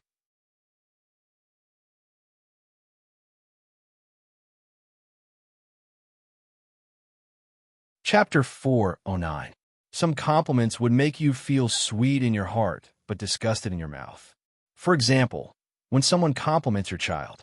Fang Yixing could hear the old ancestor's love for Fang Yin, but he couldn't follow the old ancestor's words and compliment his own son. If he did that, people would think that he didn't know what was good for him. That's Daoling's love for Fang Yin. He's causing trouble outside, and it's all thanks to Daoling's help. Fang Yixing said modestly, "I wanted to find time to invite Dao Ling to our house for a drink, but I didn't expect him to be in such a hurry to go to Yanjing City. Dao Ling's promotion has to be celebrated." The old ancestor waved her hand and said, "Stop, stop. I don't want to hear about these things. What's the use of telling an old lady like me about the matters of you youngsters? I know you're all busy today and have many families to visit. Yixing, go to your work. Fang Yin, stay here and play with me. Sure, is clumsy and can't even compare to an old lady like me." Fang Yixing quickly got up from the ground and said, "Okay, I'll go to the other families. There really are many families to visit today, and I have to visit every single one of them. Otherwise, it'll be rude." He then turned around and reminded Fang Yin, "Play card with the old ancestor and don't make her angry." "Dad, I know," Fang Yin said. Yi Wenru had been kneeling in the corner of the Kong. She was wearing a red button-down blouse with gold-trimmed flowers and a soft black cotton dress. Her long hair was tied up, and her face was ruddy. She looked like a pretty wife. Fang Yin heard from Yi Fengsheng that Yi Ro's mother loved needlework. Every spring festival, she would personally sew clothes for her children. She also took care of all the New Year clothes for the Yi family's elders and children. The fewest suit that Yi Fengsheng was wearing should have been made by Yi Wenruo's mother. The style of the suit was not bad, but there was too much fat on Yi Fengsheng's body, making the suit look a little out of place. Yi Ro's classical-style suit was probably made by her mother. The stitches were dense, and the patterns were bright. The red and gold complemented each other. Red makes gold dazzling, and gold makes red noble. Yi Ro looked quite lovely and cheerful in this set of clothes, which concealed much of her cold and aloof character. She was scolded by the old ancestor for being clumsy. She purposely pouted and said, "I am stupid. Otherwise, why can I only be a maid for the old ancestor? If I was smart, I would have followed Miss to learn martial arts." The great ancestor reached out to pull Shear's mouth and said, "You little girl, you're still not happy with my words. See if I don't tear your mouth off." Shear giggled and dodged. She said to Fang Yin, "Why don't you take off your shoes and come up? Do you want me to take off your shoes for you?" "I only serve old ancestor and little miss." "No need, no need." Fang Yin knew that Shear had a sharp tongue and was deeply loved by the old ancestor. She had a high status in the Yi family. It was impossible to ask her to take off his shoes. Besides, Fang Yin didn't have the habit of asking others to help him take off his shoes, unless someone held a knife to his neck and forced him to take off his shoes. "I'll do it myself." Fong Yin took off his cloth boots and climbed onto the warm Kong barefoot. He sat where she had been sitting and said, "Shall we start now? How do we play?" "According to the game. The winner takes all, and the losers each lose 100. The great ancestor said. "You didn't bring money, did you?" "Yes," Fong Yin said with a smile. "Old ancestor, are you worried that I can't pay the bill?" "I'm afraid that you'll run away after you lose," the great ancestor said. "Other children don't dare. You dare." Fong Yin smiled shyly and said, "Old ancestor, you have a misunderstanding about me. I never owe anything." There was a small square table on the Kong. The great ancestor sat on the inner side, while Fong Yin and Yi Ro sat on the left and right, facing the door. Fong Yin quickly shuffled the cards, and then the game began. It was unknown whether Fong Yin was lucky or scheming, but he won several times in a row. The great ancestor and Yi Ro kept giving him money, and the small drawer in front of him was soon filled with 100 yuan bills. Fong Yin was full of excitement. He changed to a more comfortable position and said, "It seems that I'm going to make a fortune today." "Pa!" He was kicked in the shin under the table. Only then did Fong Yin realize that he had stretched his leg in front of Yi Ro. He asked, "Why did you kick me?" "My feet smell," Yi Ro said expressionlessly. The great ancestor smiled and said, "It's a little smelly. I can smell it." Fong Yin awkwardly took his foot back and put it under his butt again. He wished he could change to a lying position. In that case, his feet would be able to hide far away. Fong Yin won again. Yi Ro and the great ancestor paid again. "Pa!" Fong Yan's knee was kicked again. This time, Fong Yan's leg didn't stretch out randomly. It was Yi Ro who stretched her foot under the table and kicked him. Fong Yin felt very wronged. He looked at Yi Ro and said, "Why did you kick me again?" "Feet smell," Yi Ro said. The great ancestor glanced at Yi Ro and said, "You child, even if Fong Yan's feet smell a little, you can't let people cut off his feet and put them in front of the door of the warm room, and then put them on when he goes out, can you?" Fong Yin laughed and said, "The great ancestor is quite humorous." They played another round, and the great ancestor won. Fong Yin paid quickly. This time, Yi Ro didn't kick Fong Yin under the table. Fong Yin sighed in his heart. People under other people's eaves had to lose money. Creak. A black Mercedes-Benz parked in the flat dojo of Swallow Dock, followed by another Mercedes-Benz. The third was still a Mercedes-Benz, the fourth was an extended Rolls-Royce, and the fifth and sixth were still Mercedes-Benz.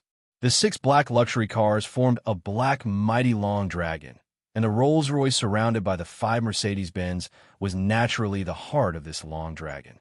Except for the Rolls-Royce that didn't move, the doors of the other 5 Mercedes-Benz opened with bangs. Then the tall men in black scattered in all directions, looking around with vigilance. Another 2 men in black stood on the left and right of the Rolls-Royce's door and took the initiative to help open the back door. She wore a white down jacket and a pair of sky blue jeans. The furry snow boots added a bit of playfulness to her appearance. She wore a checkered scarf around her neck, looking like a girl next door who was studying in a foreign place or a girl next door who worked in a big city and went home to visit her relatives during the spring festival. The girl's small boots stepped on the black soil of the dojo, asking with a sweet voice, "How am I dressed?" A tall and handsome young man in a well-tailored suit stood behind the girl, sizing up the Swallows Dock village that was surrounded by heavy snow, and said, "Very good. It meets your requirements. To make people feel close, but not oppressive." The girl giggled and said, "When there's a sense of oppression, there'll be a sense of distance." "That's not good, miss. Is this really worth it?" The man couldn't help but ask. "You have everything. Wisdom, beauty, kindness, wealth, as well as the power that ordinary people yearn for in their entire lives. You have this world, and you also have the right to rule over it. You should be standing proudly in the sky, coldly looking down on the living beings of this world. You've mixed yourself with the grass and trees, staining the bottom of your crystal shoes with mud. Don't you think that's a bit too much?" "He saved me," Qin Etienne replied. "Many people have saved you," the young man replied. He pointed at the black-clothed people around him, then at himself, saying, "They including me.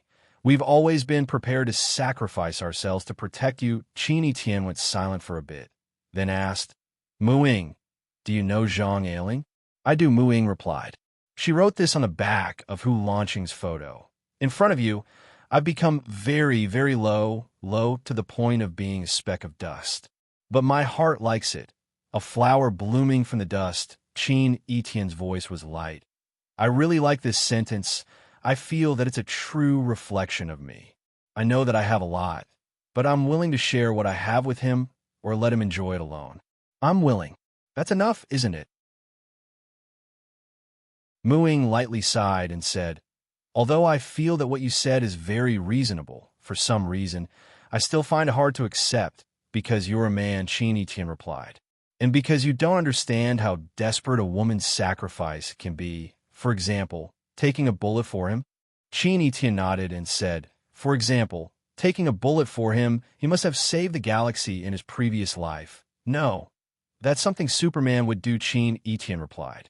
She glanced at the bodyguards in black who were scattered around vigilantly and said in a crisp voice, I didn't bring you here to protect me, and no one will hurt me in Swallow Dock. Take out all the gifts I brought. We're going to pay our teacher a New Year's greetings. As a result, the group of black-clothed bodyguards, who were domineering and had murderous looks in their eyes, became pitiful laborers. They used their hands to carry, shoulders to hug, and carried a large number of expensive gifts towards the village of Swallow Dock.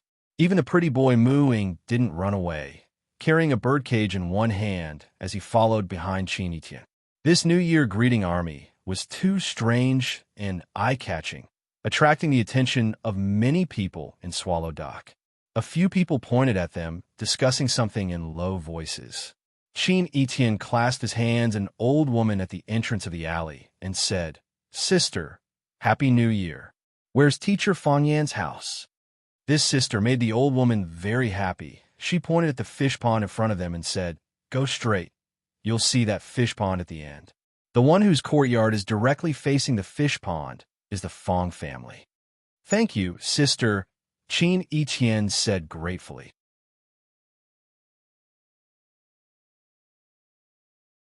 Chapter 410.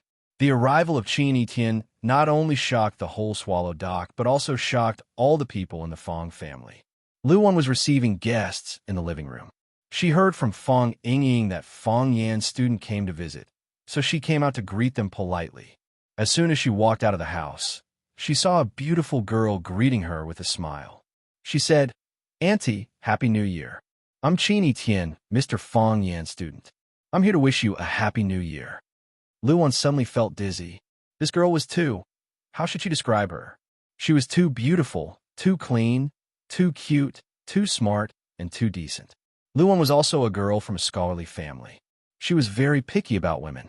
Both appearance and temperament were indispensable. She was beautiful on the outside and beautiful on the inside. However, even with her picky eyes, she still felt that this girl had no flaws. If there was anything that worried him, it would be that this girl was too pretty, too clean, too cute, too smart, too generous, and a little too decent. How could his ugly son be worthy of such a girl? If they got married in the future, would her son be able to subdue the girl? What if her son was bullied by this girl? Oh, this is Fang Yan's student. Luan thought of her self-introduction and then reacted. She felt a little happy, but more melancholy. How could she be a student? Luan greeted her with a smile and said, You are Etienne, right? This name is so impressive. It's cold outside. Come in and warm yourself. Where does Etienne come from? Is it hard to walk on the road? She originally wanted to hold Qin Etienne's hand to appear more intimate, but she didn't know why this girl, who looked simple, always gave people a sense of oppression that kept people thousands of miles away. Her words and actions, her frown, and her smile were so comfortable and natural, but this kind of comfort made people feel that she was unattainable. Luan was also a woman who had seen the world, but she didn't understand why she had such a strange feeling for this young girl. Auntie, I came from Yinjing. It's not far, Qin Etienne said with a smile. It's very convenient. How thoughtful of you. It's really an honor for Fang Yan to have a student like you. Luan couldn't help belittling her son. Come in and take a seat. He then commanded Fang Yingying and said, Hero, quickly call Fang Yan. Tell him to come back quickly. All right. I'll call Junior Marshal Uncle now. Fong Ying nodded. Qin Etian glanced at Eagle Moo beside him and said, "Let them bring the gifts in." Eagle Moo made a gesture, and a row of black-clothed men carrying large and small boxes walked towards the Fong family's courtyard. Not until then did Lu Wan know that there were so many people outside the yard. She looked at the scene with her eyes wide open and mouth agape, saying, "Young lady, this is not appropriate, right? We can't accept so many gifts from you." Lu Wan began to worry. What kind of person was this girl? Why did he bring so many helpers with him?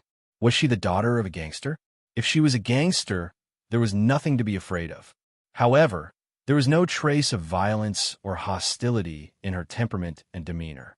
It was obvious that she came from a rich family. Such a girl, Fong Yin, that silly boy, would be even less likely to marry her. Lu Wan sighed softly. It seemed that she had thought too much.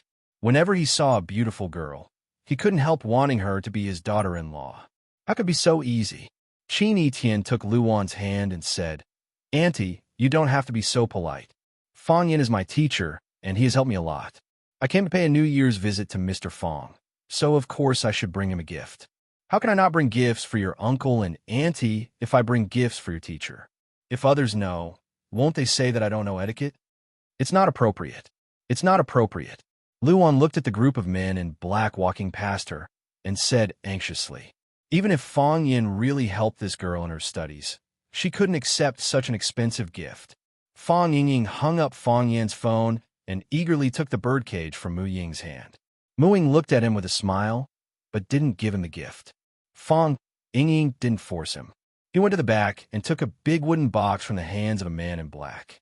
Hearing the noise in the yard, Fong Yisin and his husband Fong Hao, Fong Yiling and her husband Zhao Qingxin, Fong Yijing and her husband Zhou Fan, Zhou Mingli, and a few children all ran out to see what was going on. Zhao Qingxin's Zhao family had a small business in Yanjing City. Seeing the row of men in black, he couldn't help but be surprised. He glanced at the men in black, but couldn't see which family they came from. Then he laughed at himself, thinking that no matter which family they came from, they must be the family that he had never been in contact with. Fong Hao looked at his wife in confusion. Fong Yisin shook his head, indicating that he also didn't know what was going on. Because of what happened last night, Zhou Fan didn't go out for the whole morning. He even hid in the room and ate a bowl of dumplings for breakfast. Fong Yisin knew that her husband hadn't recovered from the nightmare, so she accompanied him in the room for the whole morning. Hearing the voices outside, she dragged her husband out to see what was going on. When Zhou Fan saw Qin Etian walking over hand in hand with Lu Wan, his first reaction was that she was beautiful. This girl was as beautiful as a fairy. His second reaction was the grandeur. Whose family's young lady was this? She brought along so many bodyguards and prepared such heavy gifts on a single trip. Zhou Fan calculated in his mind by elimination. No one in the group he knew dared to compete with this girl in terms of grandeur. If Zhou Fan knew that Qin Etian didn't want to be too high profile and had reduced the number of his guards by more than half, what would he think? After the incident in Huacheng, the Qin family attached great importance to Qin Etian's safety. The old master of the Qin family even wanted to assign his guards to his favorite granddaughter, but the Qin family refused. Qin Etian's legendary mother had sent Eagle Moo to her daughter's side so that he could protect her. This was also the reason why Qin Etian had Mu Ying by his side after he came back from Huacheng. Mu Ying was now the captain of Qin Etian's guards, who led the whole security team and was responsible for Qin Etian's safety. "Who is he?" Zhou Fan asked in a low voice. "I don't know." Fong Yisin shook his head. "I haven't seen him before. I think he is Fong Yan's student. Can you tell who this student is?" Zhou Fan smiled bitterly and said, "How can I tell? Go and ask around." Zhou Fan's heart was filled with emotion.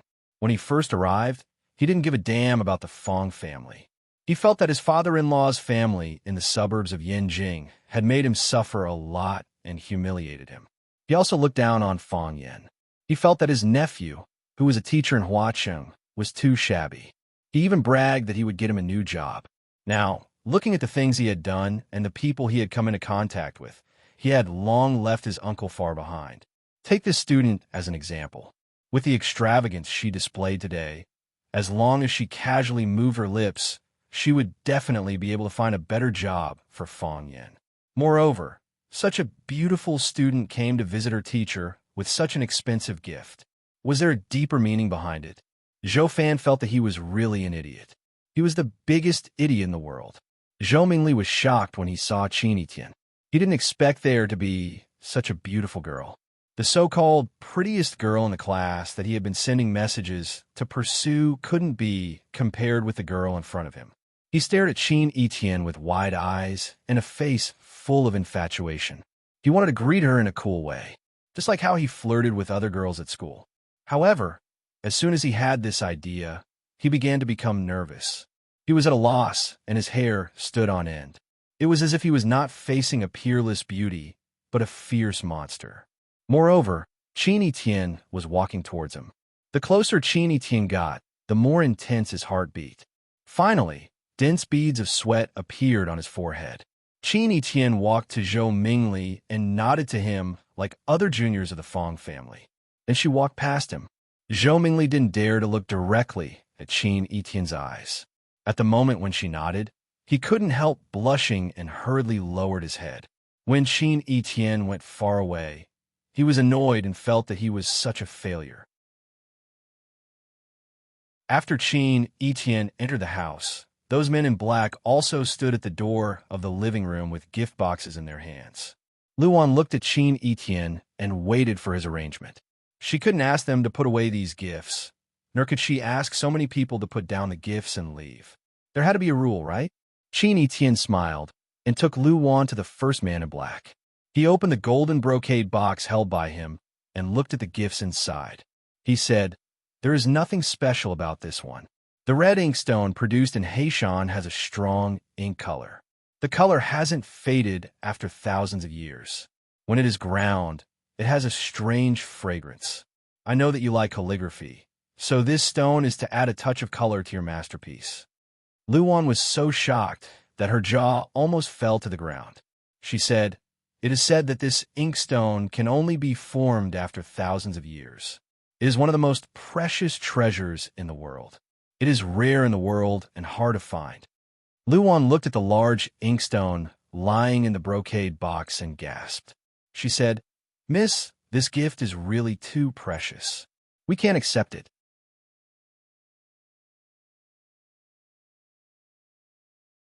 Chapter 411. If people like Fong Hao and Zhao Qingxin didn't know the value of the inkstone, it was understandable. After all, the inkstone rarely appeared in the world. Many people had never even heard of it, let alone seen it with their own eyes. It was said that because when Yuka had obtained a piece of inkstone, the bamboos he drew were different from other people. They looked vivid and lifelike, as if they were alive. Chao Buji wrote a poem for him, in which there were 2 lines, "You can draw bamboo, you have a well-thought-out plan." This was also the origin of the idiom, "have a well-thought-out plan," in later generations.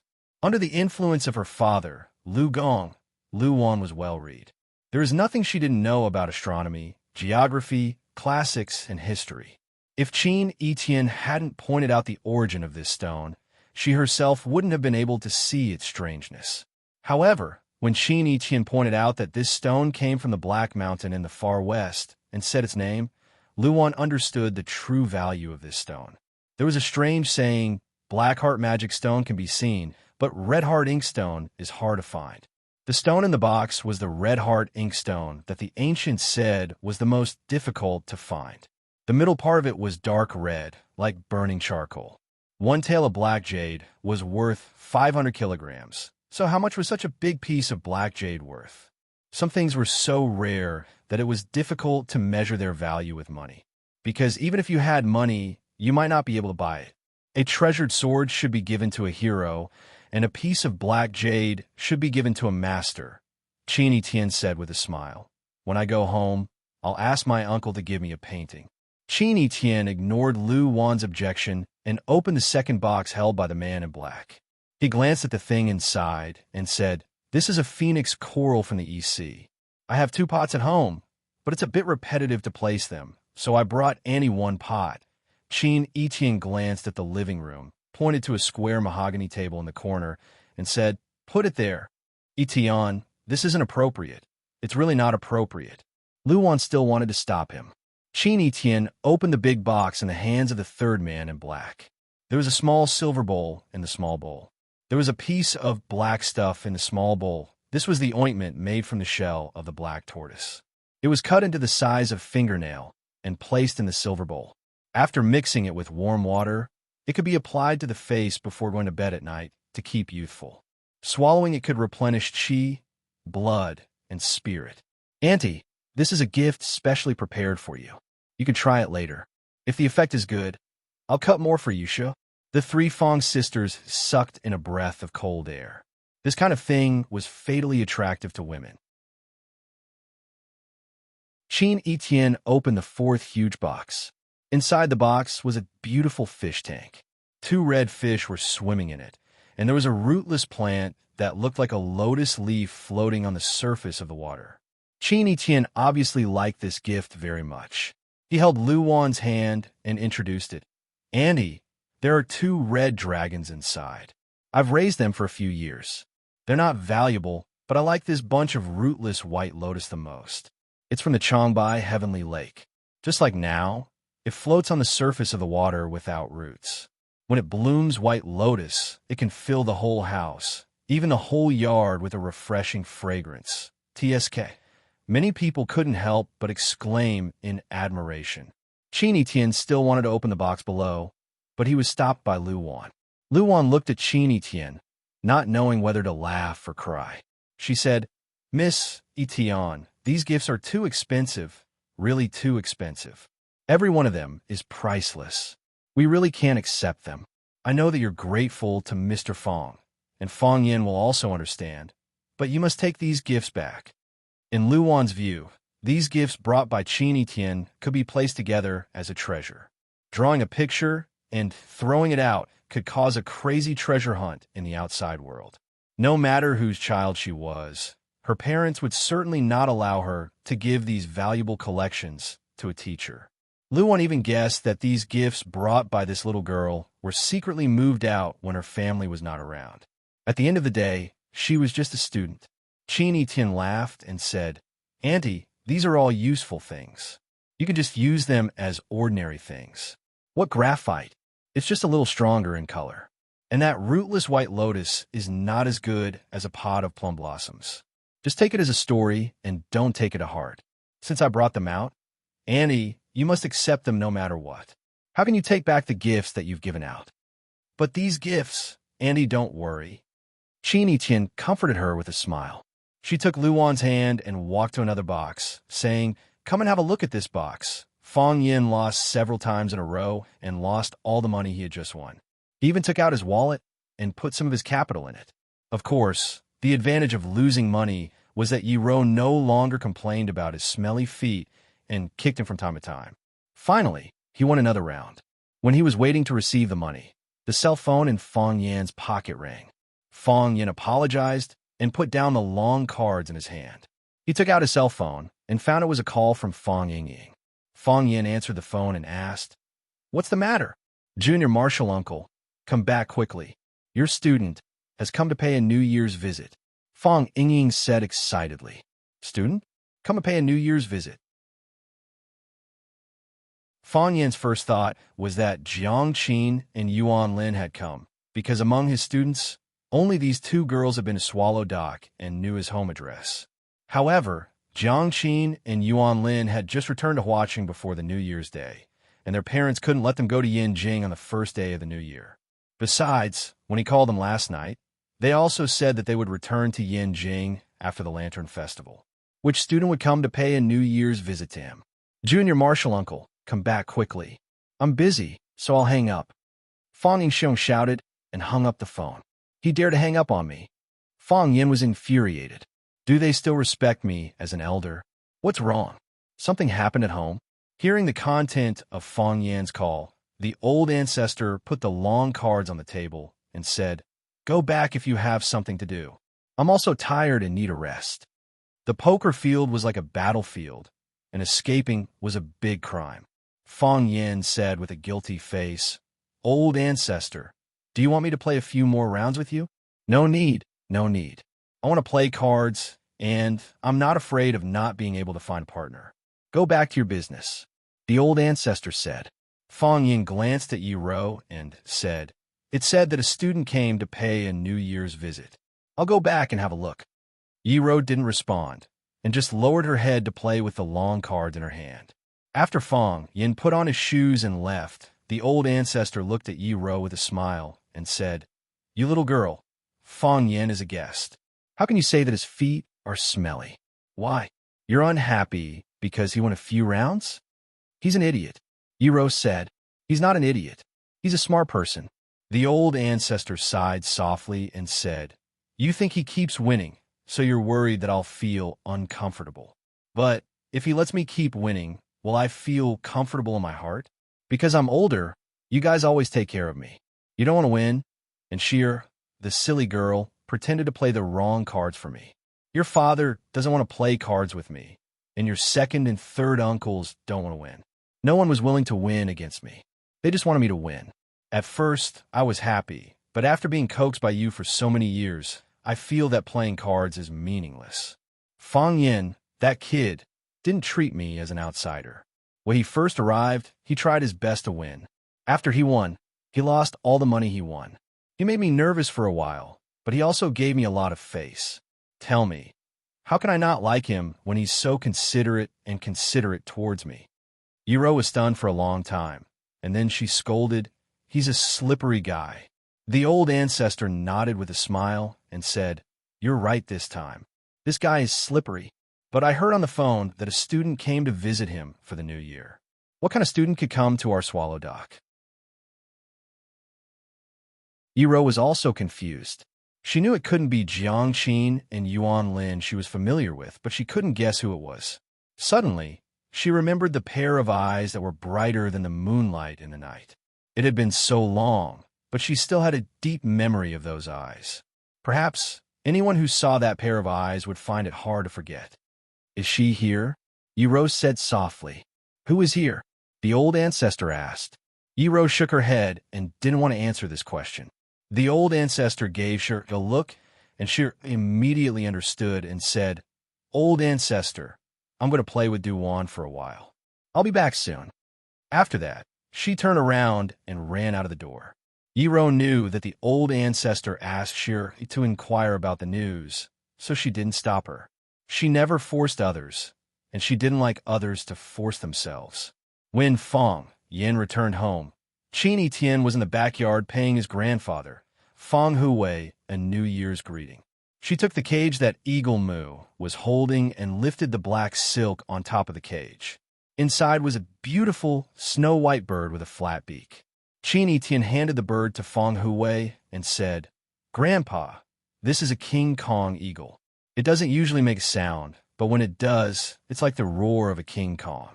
It can drive away evil spirits and keep people safe. Looking closely, you and the King Kong eagle look alike.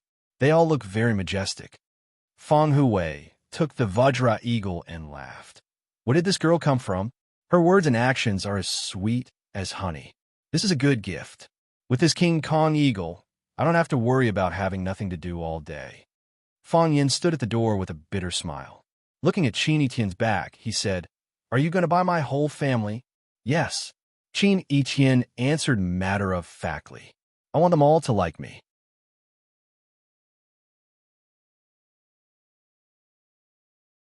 Chapter 412. A woman like Qin Tian would be regarded as a goddess wherever she went. After Qin Tian came, she became the center of the Fang family. Her every move and smile was the focus of everyone's attention. When Qin Tian was in the living room, everyone stood in the living room to watch. Qin Tian said that she was going to visit Fang Yan's grandfather. Everyone followed her to the backyard. Of course, the closest ones were Lu Wan, Fang Yan's 3 aunts, and several other female members of the Fang family. Fang Hao, Zhao Qingxin, and Zhou Fan were men, so they were embarrassed to get too close. Zhou Mingli didn't have such scruples. He stood at the door of the cottage with a tablet computer. All his thoughts were on Qin Etienne. He didn't need to say a word. He just looked at her quietly, which made people's hearts beat fast. He knew that he was in love. He decided that he would ask her name. He would write down her phone number. He would pursue her crazily. What should I do without you? Who will wipe my saliva?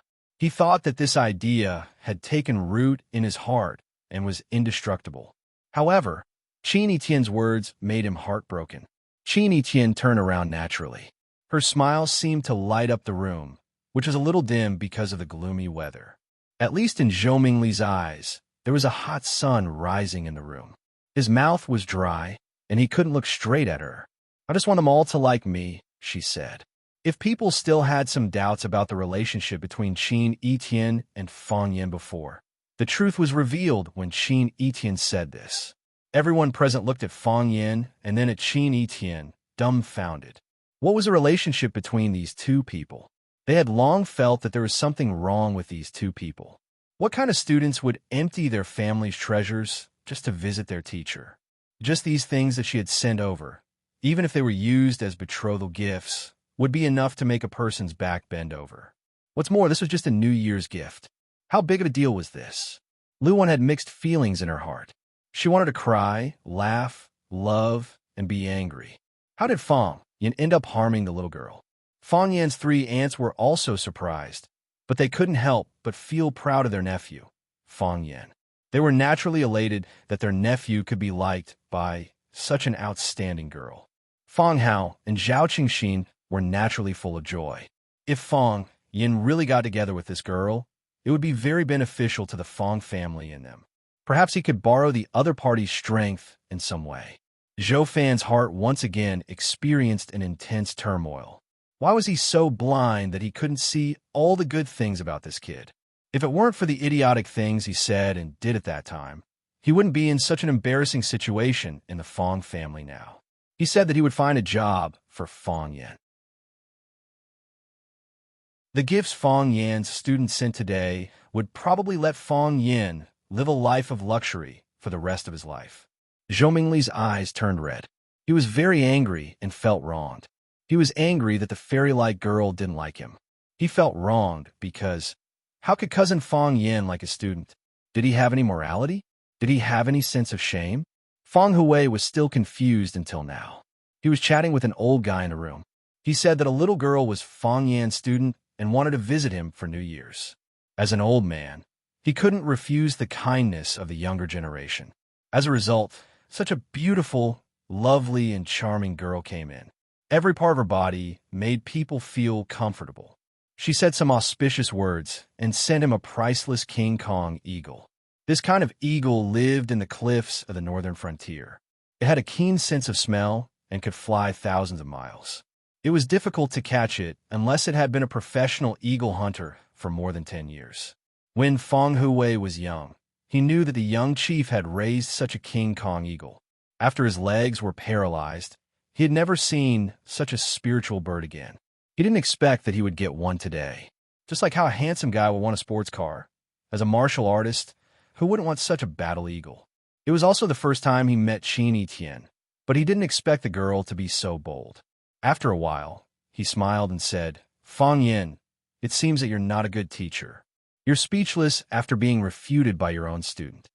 Fang Yin smiled bitterly and said, it's really a headache to meet such a student. Qin Etienne quickly spoke up for Fang Yin. She smiled and said to Fang Hui, Grandpa, Mr. Fang is a good teacher. All the students in the school like him. Hundreds of people go to his lectures. Really? Fang Hui looked at Fang Yin and said, it seems that you not only inherited our Fang family's talent in martial arts, but also have a strong cultural gene. It's a good thing to be well-versed in both literature and martial arts. You need to keep it up. Lu Wan pulled Fang Yan's hand and signaled him to follow her to the yard. Fang Yan, who is this student of yours? She sent a lot of gifts. Although I don't know the value, just hearing the names made my hands tremble.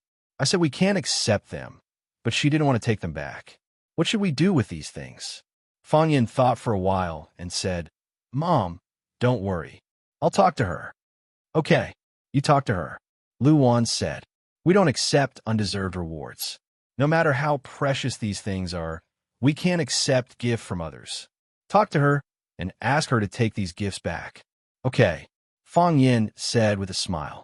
Fang Yin went back to the room and said to Qin Etian, "Let Grandpa rest for a while. Let's go out for a walk." Qin Etian said goodbye to Feng Hui obediently and said, "Grandpa, I'll chat with you in a while. I like chatting with old people the most." Okay, Feng Hui laughed. "Grandpa is waiting for you." There were also many people watching at the gate of the Feng family's yard. Fang Yin couldn't take Qin Etian out for a stroll. He had to take her to a remote place in the martial art hall and said, "Why are you here?"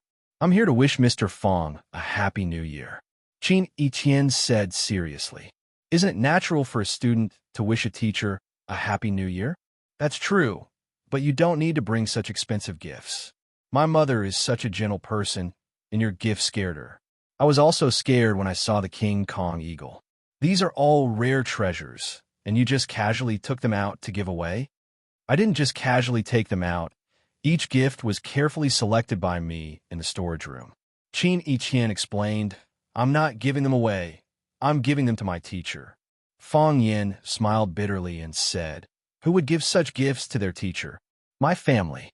Qin Etian pointed at her own face. Qin Etian put her hands in the pockets of her down jacket, kicked the snow at her feet, and said, "Don't worry, I told my mother when I came. I said I wanted to visit my savior, and she asked me to bring a few gifts. These were approved by my mother. I didn't steal them from the storage room. Even if I wanted to steal, I wouldn't do it so openly. Muing is my mother's confidant. He won't keep my secret." "Bring them back," Fang Yin advised. "These gifts are too expensive. We can't afford it. Besides, as I told you that night, that matter is long over, and you've already repaid me.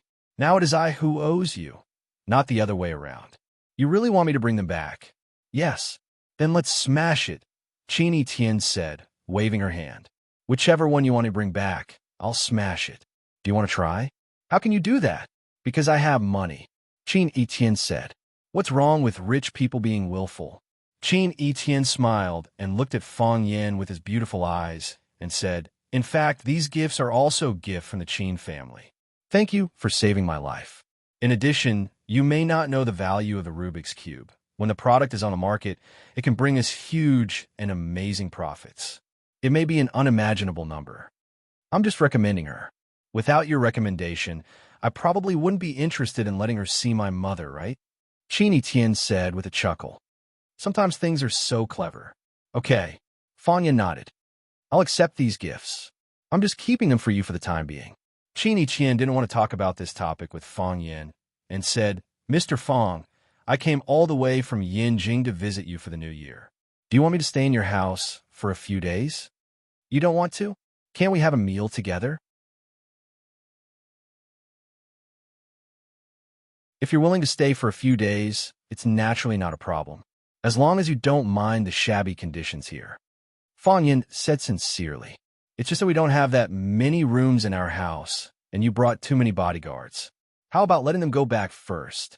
I can assure you that you won't be in any danger in Swallow Dock. You agree?" Qin Etian said with a smile. "I thought you would find a reason to refuse." "It's not a big deal to begin with," Fang Yin said. "It's naturally not a problem to eat at home." Fang Yin and Qin Etian were chatting in the backyard when Fang Yingying sneakily walked over. Seeing that Fang Yin didn't say anything, he looked like he wanted to say something but stopped. Fang Yin couldn't stand it anymore and said, "Fang Yingying, if you have something to say, just say it. Why are you sneaking around?" Fang Yingying grinned, but his smile was very unnatural. He lowered his voice and said, "Junior Marshal Uncle, Miss Yi came to visit."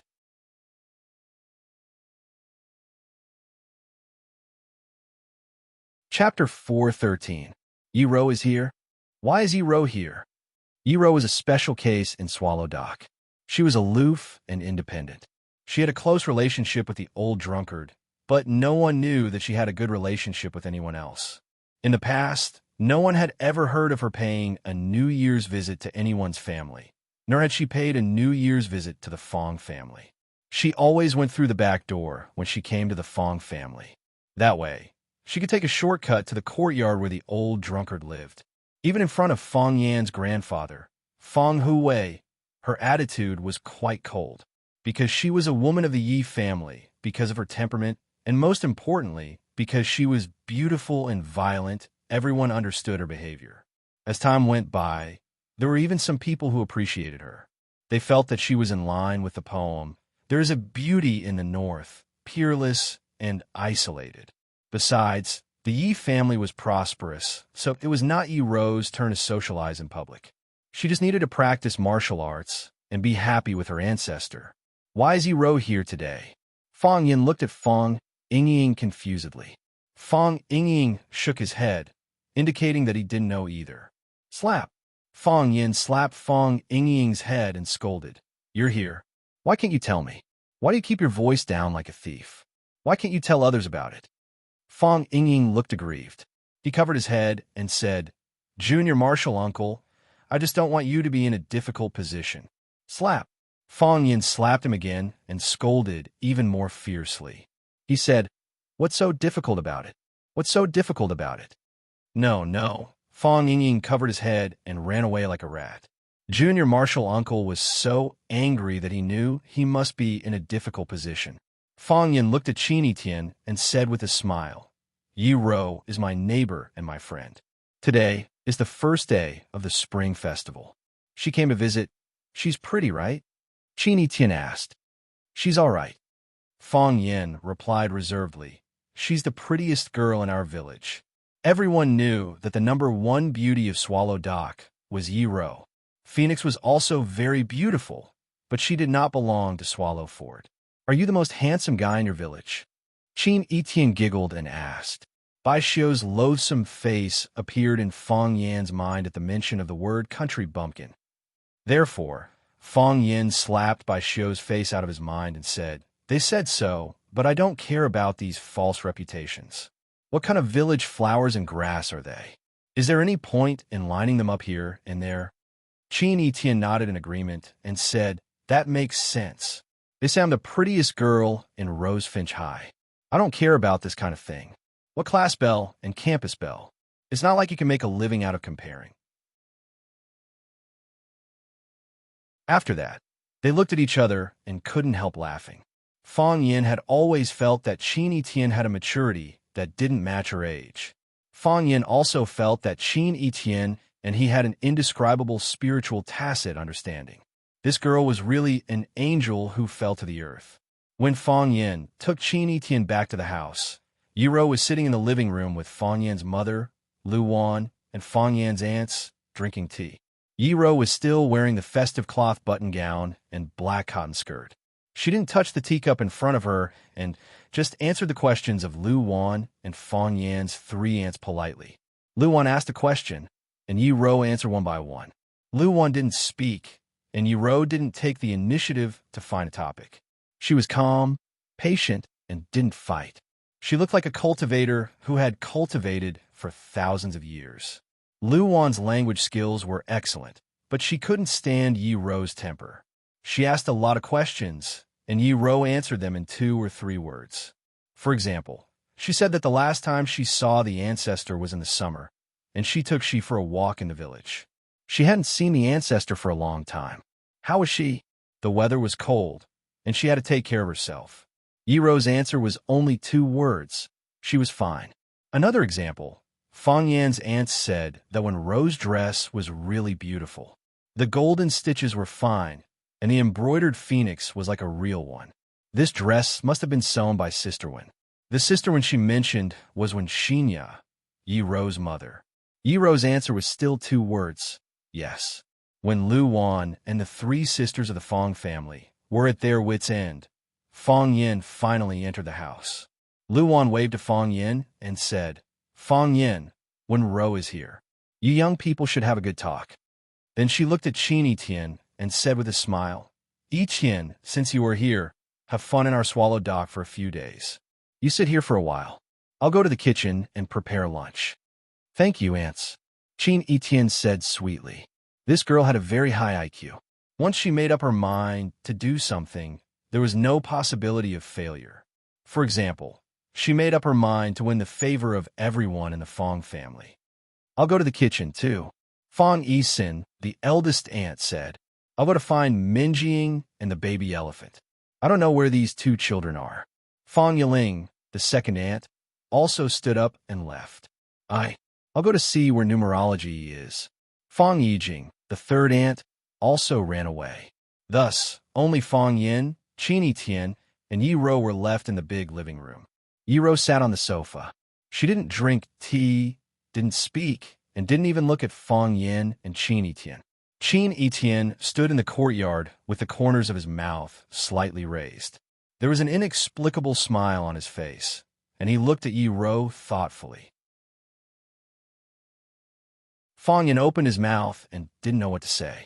Fong Yin felt that Fong Yingying was really a wise man sometimes. What he said really came true.